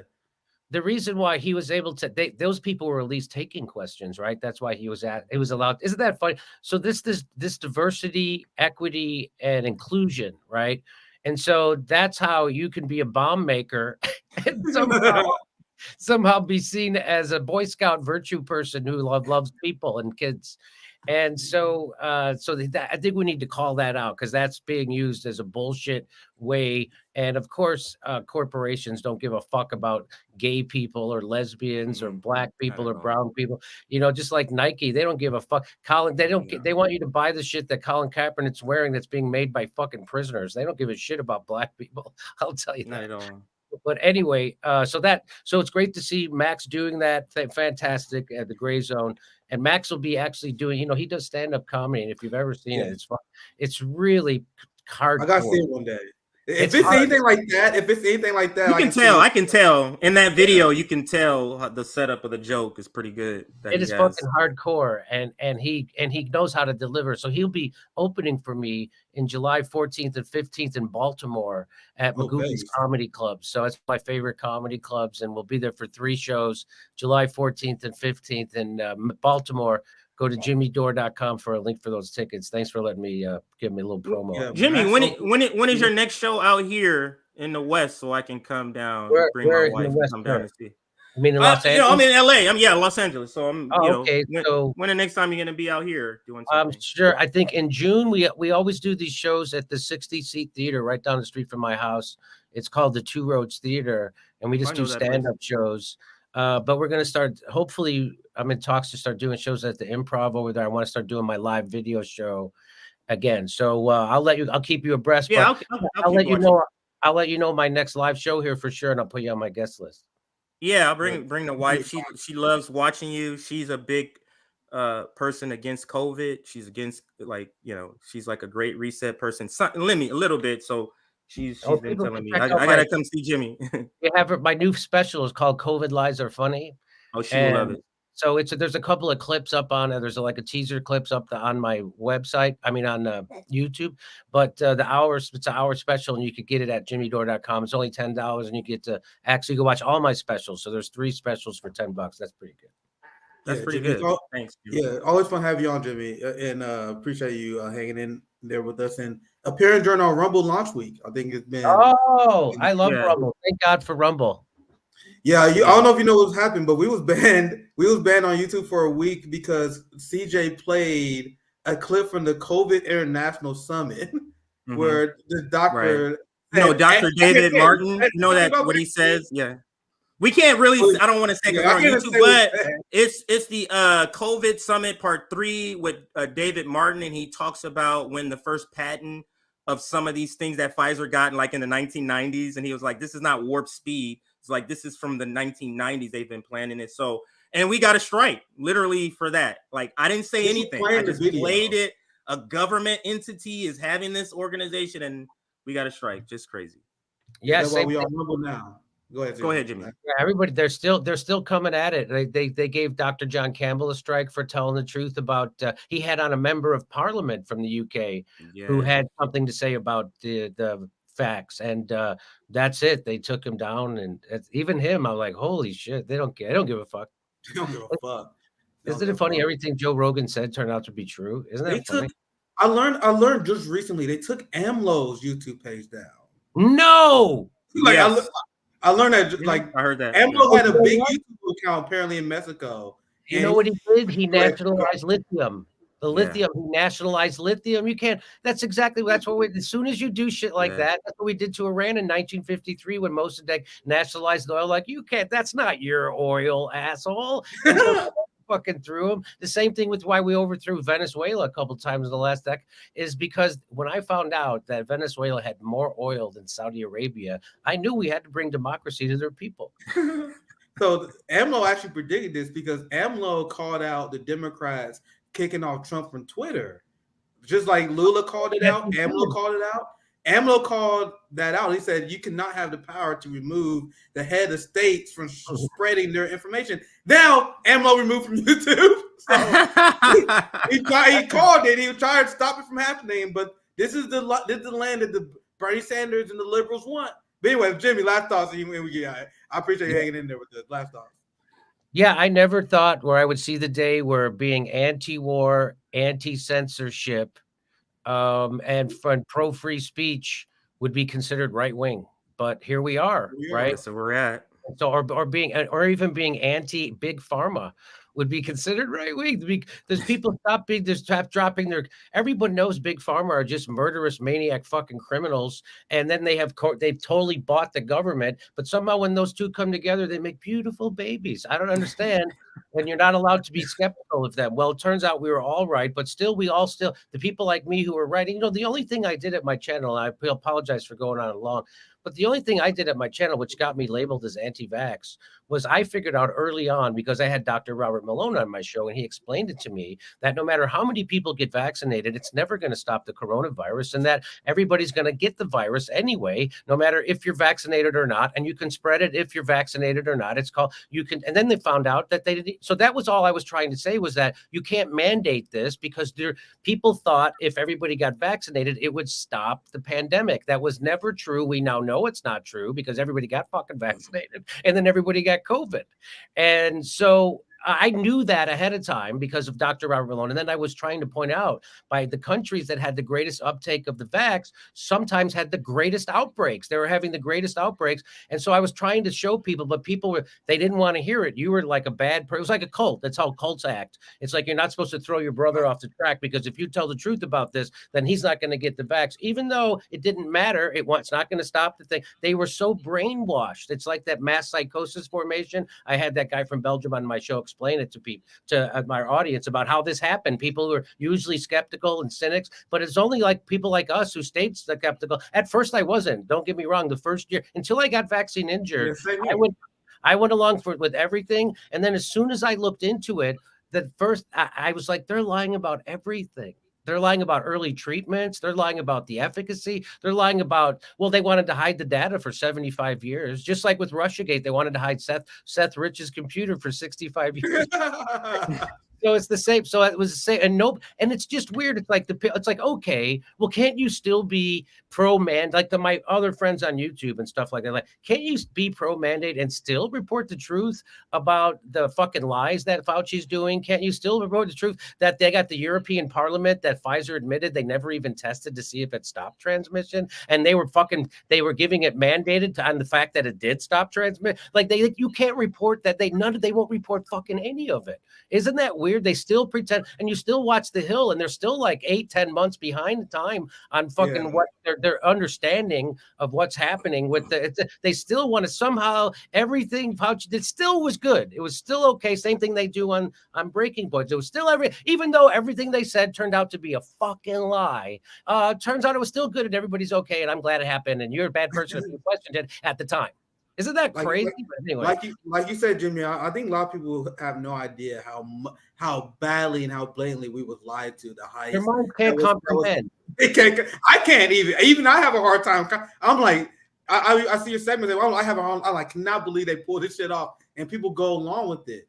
And the average age of death from the coronavirus was 82 years old. The average life expectancy is 70 fucking. So if you get COVID, you're living longer than an average person. And there's still people, they're still healthy. So, and they just released a study from Israel. There was there's not one healthy person under 50 years old who died from COVID. Not one. So there was always the same thing. You know, in a couple years before COVID, the guy who used to do my tech was overweight. He was obese. He got the flu. He went in the hospital. He got pneumonia. He died. That's what happens to people who have bad immune systems and are obese and overweight. 77% of the people who were hospitalized from COVID were overweight or obese. But what they did, they filled in playgrounds with sand. They started arresting people surfing. There was the fucking opposite of what they did. It was all about fear. It was all about Fauci using fear. Dr. Drew explained this to me, that's Fauci's ideology, is that he should use fear to control people during a pandemic like he did with AIDS. And he was the one who told people that you could catch it from a toilet seat. Yeah. Like that was Fauci. He was always trying to scare us. And that's why he lied about masks being efficacious during a pandemic when everyone knew there was never any evidence that showed that. And there still isn't. The evidence shows that masking doesn't work at the population level. He knew that before COVID. He still knew that, but he told people to wear that to scare the shit out of them and control them. And so it's just amazing to me that it's like all people like us that's just kept our wits about us and values. That's why you have fucking values. As Jon Stewart, who doesn't live by his values, Jon Stewart explained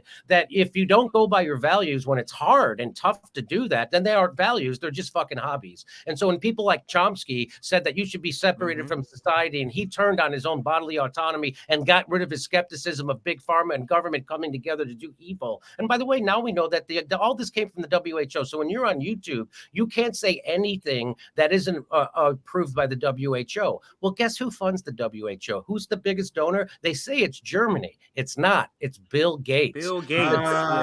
Bill Gates.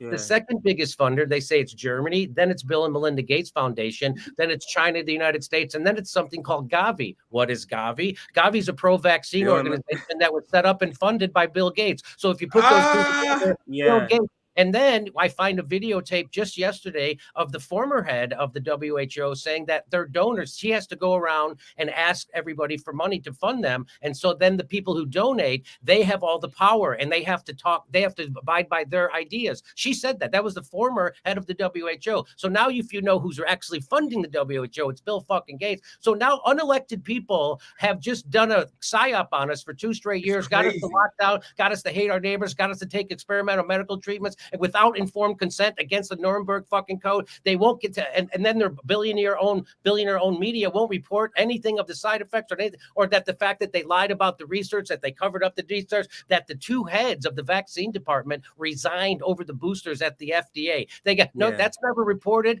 You're just an asshole if you still are skeptical about it. It's amazing to me how they got people to stop being skeptical around that. And that's the biggest lesson. And I'm never going to forget. But you know what's the weirdest thing is, so all the people who got it wrong in COVID about lockdowns and masks and mandates and all that stuff, they still won't admit it. And they still try to treat me like I'm some kind of a maniac because I figured it out. If I had been wrong about all that stuff and I was apologized, they could forgive me, but they'll never forgive me for being right about COVID.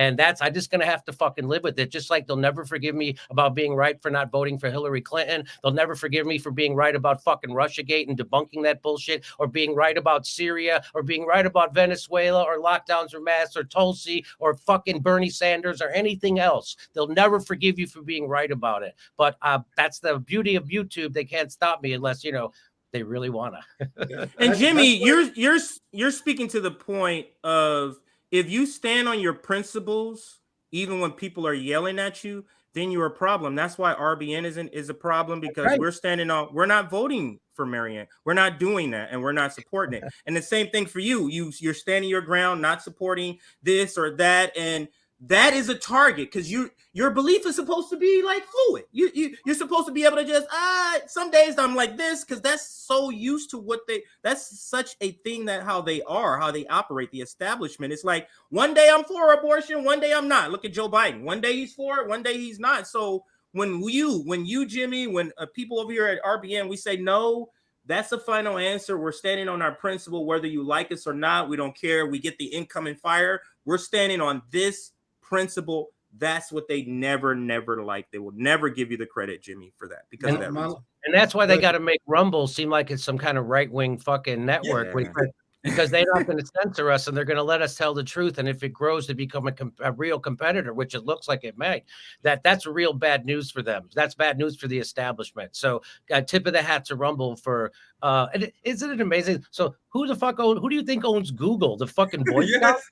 The fucking CIA runs the fucking Google, you assholes, and the WHO and Bill Gates and the people we're all supposed to be fucking fighting against. Somehow they're trying to make Rumble bad because somehow Peter Thiel has something to do with it. Oh, it's as opposed to the fucking social workers who are running YouTube and fucking Google. I already seen people call us out for. I already seen a few dum-dums that had to be trolls. That was like, oh, RBN sold out to Peter Thiel because we on Rumble, as if there's ethical consumption in social media use. Like you either Rumble or you got Google executives who hate the poor and hate the homeless as well. We have 625, Jimmy, conservatives watching us right now on Rumble. 625 conservatives are watching us, apparently. Go ahead, Nick. My last thoughts, and I get you out here, Jimmy. I knew the COVIDian left lost their mind, because you guys heard the rant that Jimmy just went on exposing Pfizer and Fauci and them. What did you hear that was unreasonable? Like that's what I heard. I heard some right-wing crazy Trump people say stuff during the pandemic. I'm like, oh, that's kind of unreasonable. But even throughout your coverage, just questioning big pharma and questioning health decisions of the government never seemed unreasonable to me. I was on your show a few times. I remember the first time I was on your show, the first time I had you on my show, the pushback I got from the COVIDian left, as if I had fucking Hitler on, because they say you had Jimmy Dore, Jimmy Dore's anti-vax. Jimmy Dore said this about COVID. And I'm like, even if he was wrong, I don't give a fuck. Like, I wouldn't even, how is that even something that we even weigh as a cancelable offense? Because as you just brought up how the WHO is funded by Bill Gates. So I had fake communists, fake socialists that's in my community that truly believe that we should not question an organization financed by capitalists like Bill Gates. How the fuck is that the communist position? How the fuck is it the communist position for us to follow the directions of Pfizer and Moderna? Anyway, Jimmy, that's my last thought. You want to take it from there? Like, it's so ridiculous. The Black Caucus inside the Green Party got it right. The Green Party got it wrong. That's why they're fucking useless almost, right? Because they got Russiagate wrong, which led to the Ukraine war, and then they got fucking mandates wrong and shit. They got COVID wrong, but the Black Caucus inside the Green Party got it right.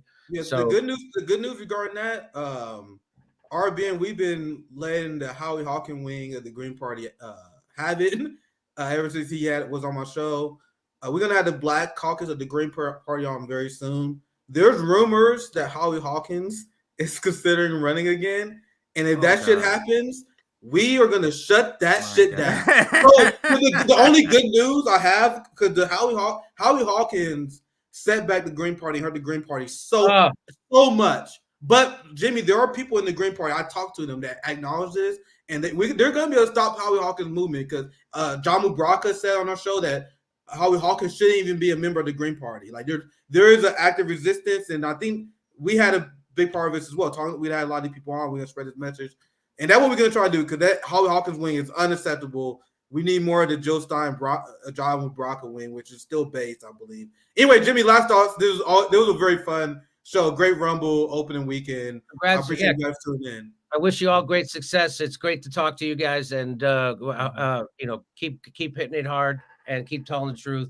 And it's like that. These people think they can use their they're like cult-like thinking, like you're not going to be in our group anymore if you think that, or if you platform that guy, all that. It's all cult thinking, and so don't. It's like that old Woody Allen joke. It's like I don't want to be, or I don't know who. Maybe it's Groucho Marx. Is that I don't want to be a member of a club that would have me as its member, right? And so I don't want to be part of your fucking groups. I don't want to be part of your fucking stupid groups. But it's fun, isn't it funny to watch people like breaking points? Like, what is the fucking point of them? Like, you just want to. You have one guy on that does mostly right wing fucking think tank bullshit, and then you won't even hold that. The other person won't even hold the squad accountable for fucking anything. We called them out a long time ago, and I remember there was breaking points. People were like, "Hey, RBN, what do you mean?" We remember CJ a long time ago. We was like, "What the fuck is up with breaking points?" Like over a year ago, and people were like, "Oh, you guys are just being mean." Now, especially after the RK interview, they like, "Oh, now it's what you guys are talking about." We was one of you motherfuckers, and we saw this shift clearly when they decided to be the new mainstream. When they decided to be new corporate media, essentially. But Jimmy, sorry, go ahead. My favorite was I'd like to get into the vaccine, but we only have 5 minutes that I just made up. Yes. I'm on fucking YouTube. Everybody sees live. I'm going to make it look like you're the fucking guy who's wrong here. Okay. I'm going to after your bullshit premise of you only have 5 minutes. The reason why is because she knew she was going to get her fucking clock clean because he's right about vaccines and she doesn't have the courage to actually cross that red line in fucking polite society and tell the truth about whatever happened in COVID, what happened with the lying FDA, and whatever he has to say about vaccine. She knows that she can't tell the truth about that because people aren't ready for it. Just like that's why she Russiagated. She always tried to fucking play both sides of it. So that's why I don't understand what the point of that fucking show is anymore. Yeah, absolutely. Jimmy, thank you for joining us. We're gonna get to some super chats before we wrap up. Make sure you guys check out Jimmy Dore, jimmydore.com. Thank you for joining us. Okay, thanks, Jimmy. So we're gonna get to some super chats, and now I have to. Wait, he was saying something. I think he was saying something. Let me. Sorry. Yeah. All right, sorry. He's good. I thought you were saying something. Sorry. Yeah. I'm gonna get to some super chats before we wrap up. Thank you for the 499 call-in. As I said on Twitter, Jordan vaguely calls you out, but cannot call out his friends who actively support Marianne Williamson. Yeah, there's people like you see people would try to criticize our position, but they try their best not to say our fucking name. They do it all the time.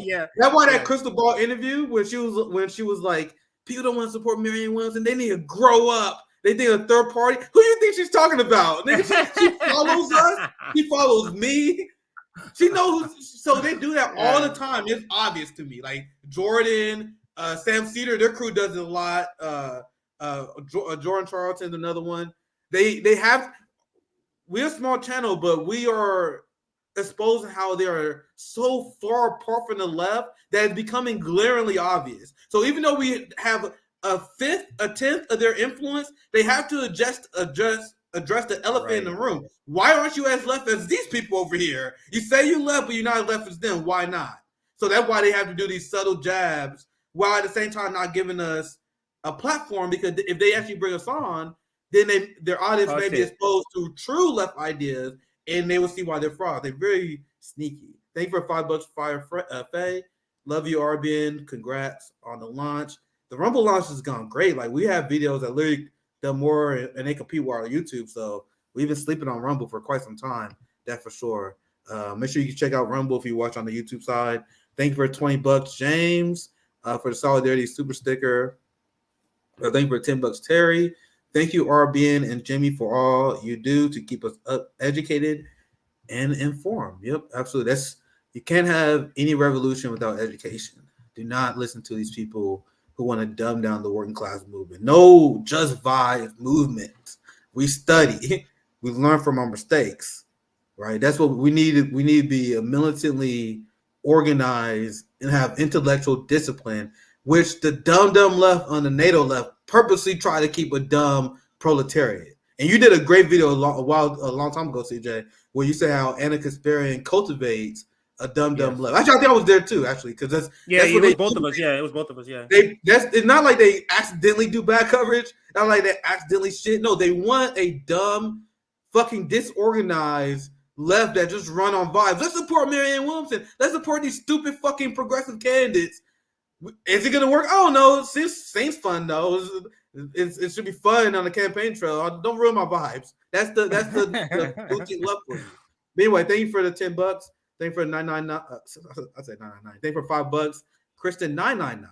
What's popping, my dudes? What's popping, homie? I got 5 on it. You guys look beautiful on Rumble. You are beautiful, my friend. I appreciate that. Thank you for $2. Super Seamster Sewing Show.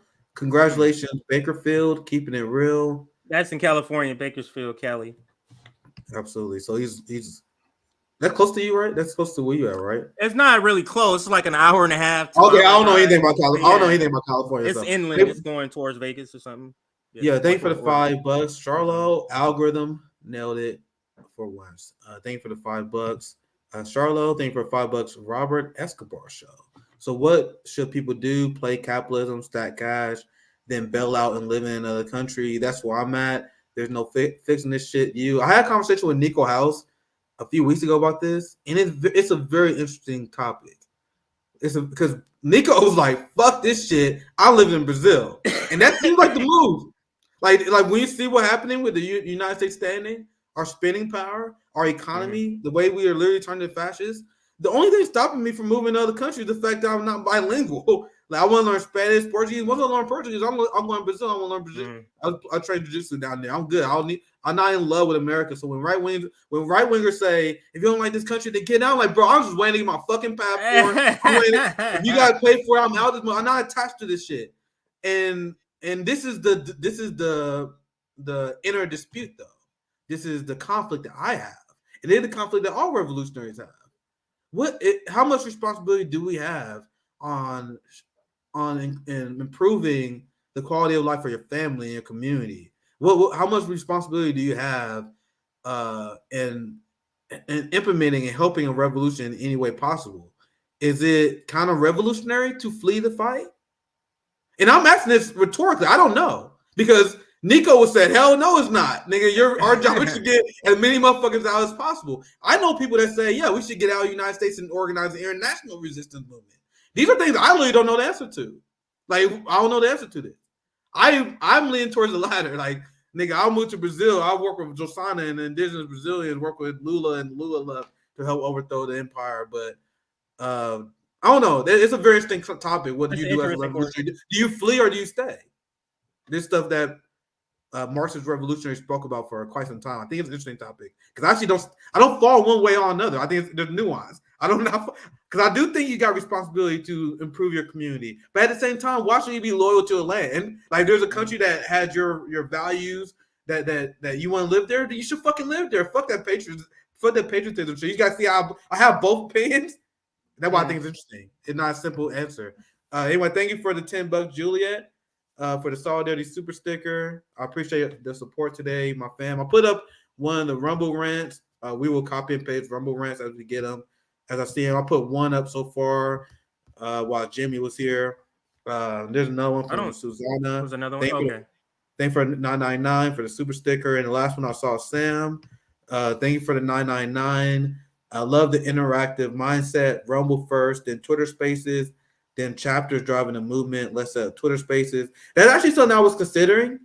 I didn't know how I was going to implement it yet, but I was thinking about having a stream on YouTube and Rumble while I do a Twitter Space, so I can talk to people. And even that would be good. Yeah, I actually did send that around my mind ever since the Ron DeSantis announcement on Elon. That was a disaster, right? But Twitter's pushing that, and we will always benefit from expanding, especially seeing how YouTube censoring. Literally after the Ron DeSantis, I'm like, maybe I should start doing like a cold Twitter Space YouTube show. Something I've been thinking about may come soon. That way, because I maybe can get pushback. Or maybe there'll be someone in the space that like, how dare you say we are Ukrainian Nazis? And you got to see I will handle that. That's another reason I want to do it because I enjoy a good spar. But anyway, thank you guys for all the support, CJ. I'll be back on Monday. What do you have coming up? Yeah, I will. Yeah, Monday I'm gonna take a day off. I'm actually sick, so I'm gonna take today and tomorrow off. So just to kind of rest and recuperate and get back into play. I'll play a outro video, everybody. I think we went through all the super chats and then we'll be done. Thanks, Nick. I will see you, sir. So let's play an outro video and then we'll be actually. Let me do this. Our Substack. Here's our Substack. if you want to join our Substack so you get notifications when we go live, join here. The other thing is a couple of shows. On Monday, we have this show, the Duopoly Left show. I'm sorry, the Post Duopoly show is on Monday around 8 p.m. Eastern. The Post Duopoly show is RBN, Heartlands Media, and Due Dissidence. That's going to be this Monday, so make sure you check us out. The other thing to promote is this. We're raising funds for, we have a Skid Row outreach in the Long Beach chapter of Revolutionary Blackout. The first event for the Long Beach chapter is this event, Saturday, June 17th, Skid Row. We're going to be giving out food and clothes. If you want to help, the email is outreach at revblacknetwork.com. You can see it on the screen.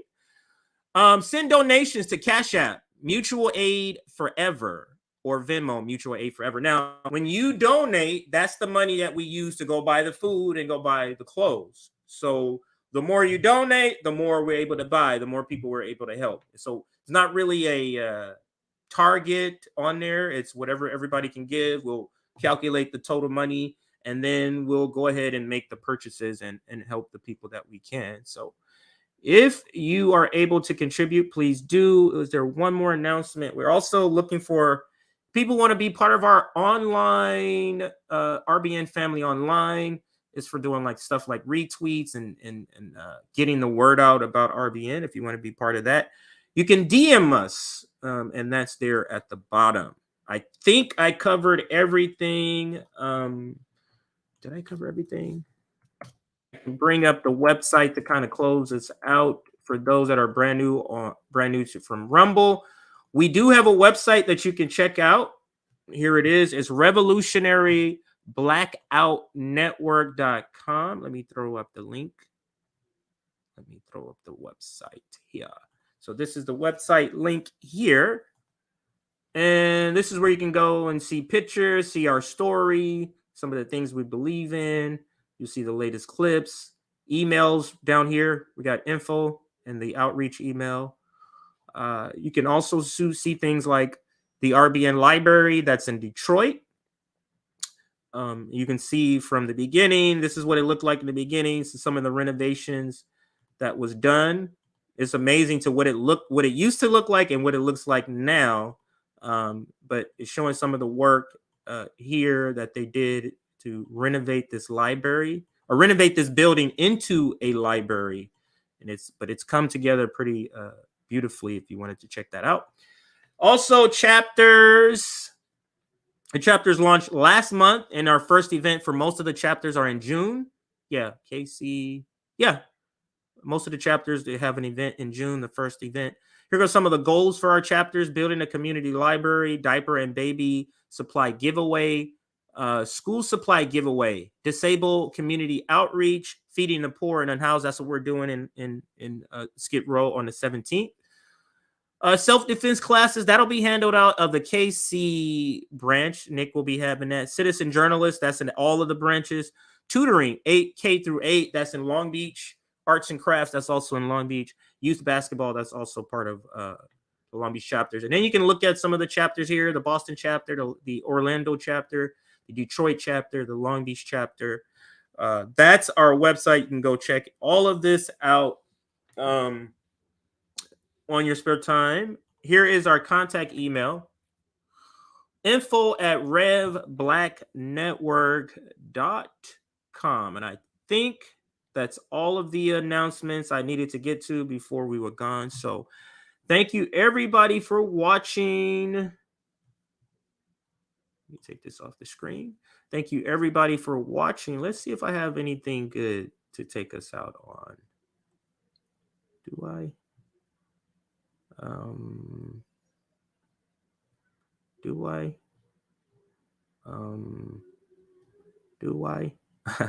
All right, so I'm looking at something here. All right, so let's play this as an outro. I guess this is pretty good to play as an outro. It's one of our videos breaking down the Jordan Sheraton interview with Marianne Williamson, and let's play. He had to offer specifics on corruption regarding Hillary Clinton and Joe Biden.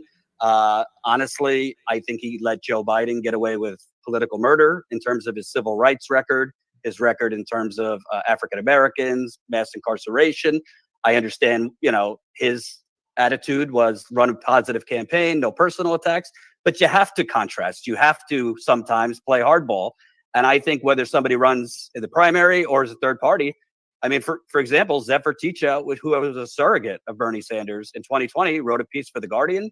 It was fact-based. It pointed out that Joe Biden had some corruption issues, and Bernie's campaign, it was coming from Bernie, totally walked it back. If you run against Biden, are you willing to go there? I mean, not personal pot shots, but on his record, because I think the Democratic electorate was a lot of that got hid from them due to media and other resources. Bernie is a U.S. senator. He is an institutionalist, and I think he had some assumptions, had some trust that if Biden won, we know he wanted to be labor secretary, then was not given that position and so forth. Bernie has done so much for this country and certainly has done so much for the progressive movement. I don't want to be taking out a baseball bat against Bernie here either. We all can look and we can learn. So we're not going to learn from our mistakes because you're so worried about your stability politics. You're so worried about being mean to your friends that we're not going to critically analyze what went wrong and then correct our mistakes, because that's what you guys are doing when you guys do this. You guys think I'm being mean to Bernie? No, I'm calling out the mistakes. With Jordan, proud to this question, because it's a good question, because he brings up the fact that Bernie threw his own staff under the bus. Zephyr Teachout, who called out Biden criticism, threw him under the bus. So that goes back to my original point. If we have people that wanted to throw people under the bus for calling out Democratic Party corruption, why would we invest in that campaign? Why would we invest in a movement that does that? So that's actually a good point for Jordan there. But why would we do that? And why aren't you having the ability to critically analyze what happened there? You essentially dodged Jordan's question. Like, imagine that. But let's continue. It's such a, just think about that. A politician can't comment, and you want to run for president, but you can't speak critically, logically, without being offensive. You mean you can't speak about any of your friends that do anything bad, that does anything wrong? Why would we want you as a leader for? Don't you know a lot of the people that in the establishment didn't you meet them when you ran? Didn't you form relationships? So why are we to think she's not going to apply this sort of logic to everybody if we put her, if we try to get her elected? She is so not for this moment. Nick, I cannot stress that enough. Like, she is so not for this moment. She's not even right for 2020 or 16. I think she's more 2008. She is that far behind, as far as I'm concerned. So, obviously, I can tell you this much. I have said this to many people. If I do this, I'm not doing this just to make a point. I've already made a point. And I can also tell you as a writer, if you want to make a point much easier with a lot less stuff thrown at you, you don't run easier. For you see how even the men, it's easier. We don't want to do movement building. That's hard. That's the hard work. It's easier for me to get my publicity, for me to benefit what I want to accomplish instead of building a movement. But continue the video. I want to hear the rest of the point. If I run for president, I can tell you that much. If I run for president, I'm really running for president, and that should be the answer to your question. Well, you said make a point. Are you willing? What does that mean? You see no evidence. It's that I'm not just running to run, and when I'm running for president, I'm running for president. That should be an answer. What the fuck does that mean? Well, go ahead, Nick. What does that mean? Actually, Jordan, I think, is going to ask her the question again, because I told you, Marianne Williamson dodged Jordan's question. Wow. This is the person that you guys wanted to draft as the left leader. And I won't play the clip because I think Jordan, like, hey, I want to get back to the question. I didn't see it this far, so I don't know if he does. Rewind like 10 seconds. Rewind 10 seconds. Rewind 10 seconds, then play it again. I want to make sure I get it right before I speak on this. Okay. Because I pointed out before she didn't answer the question. Okay, I think we're here. Part of the Democrats will be to invisibilize my candidacy. Oh, shit. They will be. Hang on, my second. I went way too far back. I meant to go right about here. He is a U.S. senator. He is an institutionalist, and I think he had some assumptions, had some trust that if Biden won, we know he wanted to be labor secretary, then was not given that position, and so forth. Bernie has done so much for this country, and certainly has done so much for the progressive movement. I don't want to be taking out a baseball bat against Bernie here either. We all can look and we can learn. Obviously, I can tell you this much. I have said this to many people. If I do this, I'm not doing this just to make a point. I've already made a point. And I can also tell you as a writer, if you want to make a point much easier with a lot less stuff thrown at you, you don't run for president. So if I run for president, I can tell you that much. If I run for president, I'm really running for president. And that should be the answer to your question. When you say make a point, are you willing on the debate stage to point out the donors? I mean, Biden at this point is trying to privatize Medicare under the cloak of darkness. There's a lot of issues. Wait, there's no evidence. Now, wait a minute. There's no evidence that Joe Biden is trying to privatize. What? Wait, what? Wait.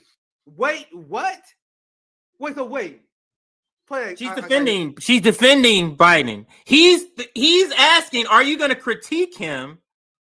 And instead, she's coming in to defend Biden. There is no way. So Jordan tries his best to give her a question that is easy to answer. Jordan asked her, if you run, unlike Bernie Sanders, he said, unlike Bernie Sanders, who threw his colleague under the bus for calling out his corruption, will you do what Bernie Sanders did not and call out Biden's corruption? And then she go on the word salad where she said, I'm not going to throw Bernie under the bus. Then Jordan like, God damn it. Let me ask you it again. He's trying to save her. All right, so I'm trying to ask you, are you going to be critical of Biden and his policies? And she's like, well, I don't know. Then you start defending Biden. You can't make this up. He knows how bad it looks at the time. He knows that this is not. I can't have this be what it was to Nina Turner with the Mike Figueredo interview. I can't have this happen here. He's trying to clean this up because I think Jordan picks up that, hey, this is not sounding that great. This is not going to sound that great. Let me kind of clean this up. Unbelievable. Ties Medicare under the cloak of darkness. The Republicans are certainly trying to do that. Well, no, I mean, David Sirota has reported that he's kept a lot. Biden has. Their savior, their journey to savior has wrote about this. So she's like, oh, you motherfucker gonna bring me on here to do this. So then Jordan is like, wait. Don't stop. No, David Schroeder said that. Come on. Bro, he gave her a toss up. And then she started defending Biden and lied about Biden. And once again, props to Jordan for bringing this up. I will give him credit for bringing this line of questioning up because it's kind of exposed Marianne. Because he tried to get her to say that she would be critical of Biden, which will like alleviate left criticism of her. Like I said, remember on my show, I said that I was like, Marianne, I don't like the fact that you're too soft on these people. She's like, Nick, you saying I'm too soft? And then she proceeds to prove my point correct on Jordan's show. I said on my show that you're too soft on Biden, and then she proves it by defending him on a lie. All she has to say is, yes, I will combat it. You don't have to go in your question, I didn't like what you said about Joe Biden, so let me, just answer the question. That's not the point of the question, but you're so offended by the premise of the question, you have to interject. Yeah, we really feel secure that you're going to go at Joe Biden now. We really feel secure after this answer. She already by a surrogate. That's a good comment. Joe Biden is trying to privatize Medicare under the cloak of darkness. The Republicans are certainly trying to do that. Well, no, I mean, David Sirota has reported that he's kept a lot. Biden has continued a lot of President Trump's policies that was essentially backdoor trying to privatize elements of Medicare. This is the person you guys want to do a dirty break with. This is the person you guys want to do a dirty break with. I want to hear her response. Go ahead, play it. I was going to add that. Oh, you don't want to hear it. You don't want to hear it. You see the body language. You can tell she is not happy here. She's not happy. She thought she came on a friendly progressive Democrat network. But she ran into Jordan, who has been criticized by RBN, and I think he has made some adjustments here. Joe Biden is trying to privatize Medicare under the cloak of darkness. The Republicans are certainly trying to do that. Well, no, I mean, I've seen David Sirota's report. He's not a sexist when he interrupts her. How come he's not a sexist right now? Let's see if it ends with her calling him a man. Are you mansplaining? Yeah, is Right Jordan now? mansplaining? Gee, wow. Reported that he's kept a lot. Biden has continued Look a lot at her of body President language Trump's change. policies that was essentially backdoor trying to privatize elements of Medicare. Hair twist. Well, I have not seen that particular David Sirota coverage, but I will certainly look at it. Oh, Listen, if this is Iran- the person we want. This person who's not informed. You're not informed on the basic crimes of what Biden is doing, but you're the person that we're supposed to annoy. So she swoops in to play Captain Save a Joe, then finds out there's receipts. So she doesn't go, okay, Jordan, I trust you as a journalist that you're repeating what David Sirota said, another journalist, as true. So if he does, then yes. Instead, she says, I haven't read it, so I'm basically not going to comment on it because you got to prove to me that Joe Biden is terrible. Like you can't see it with your own eyes.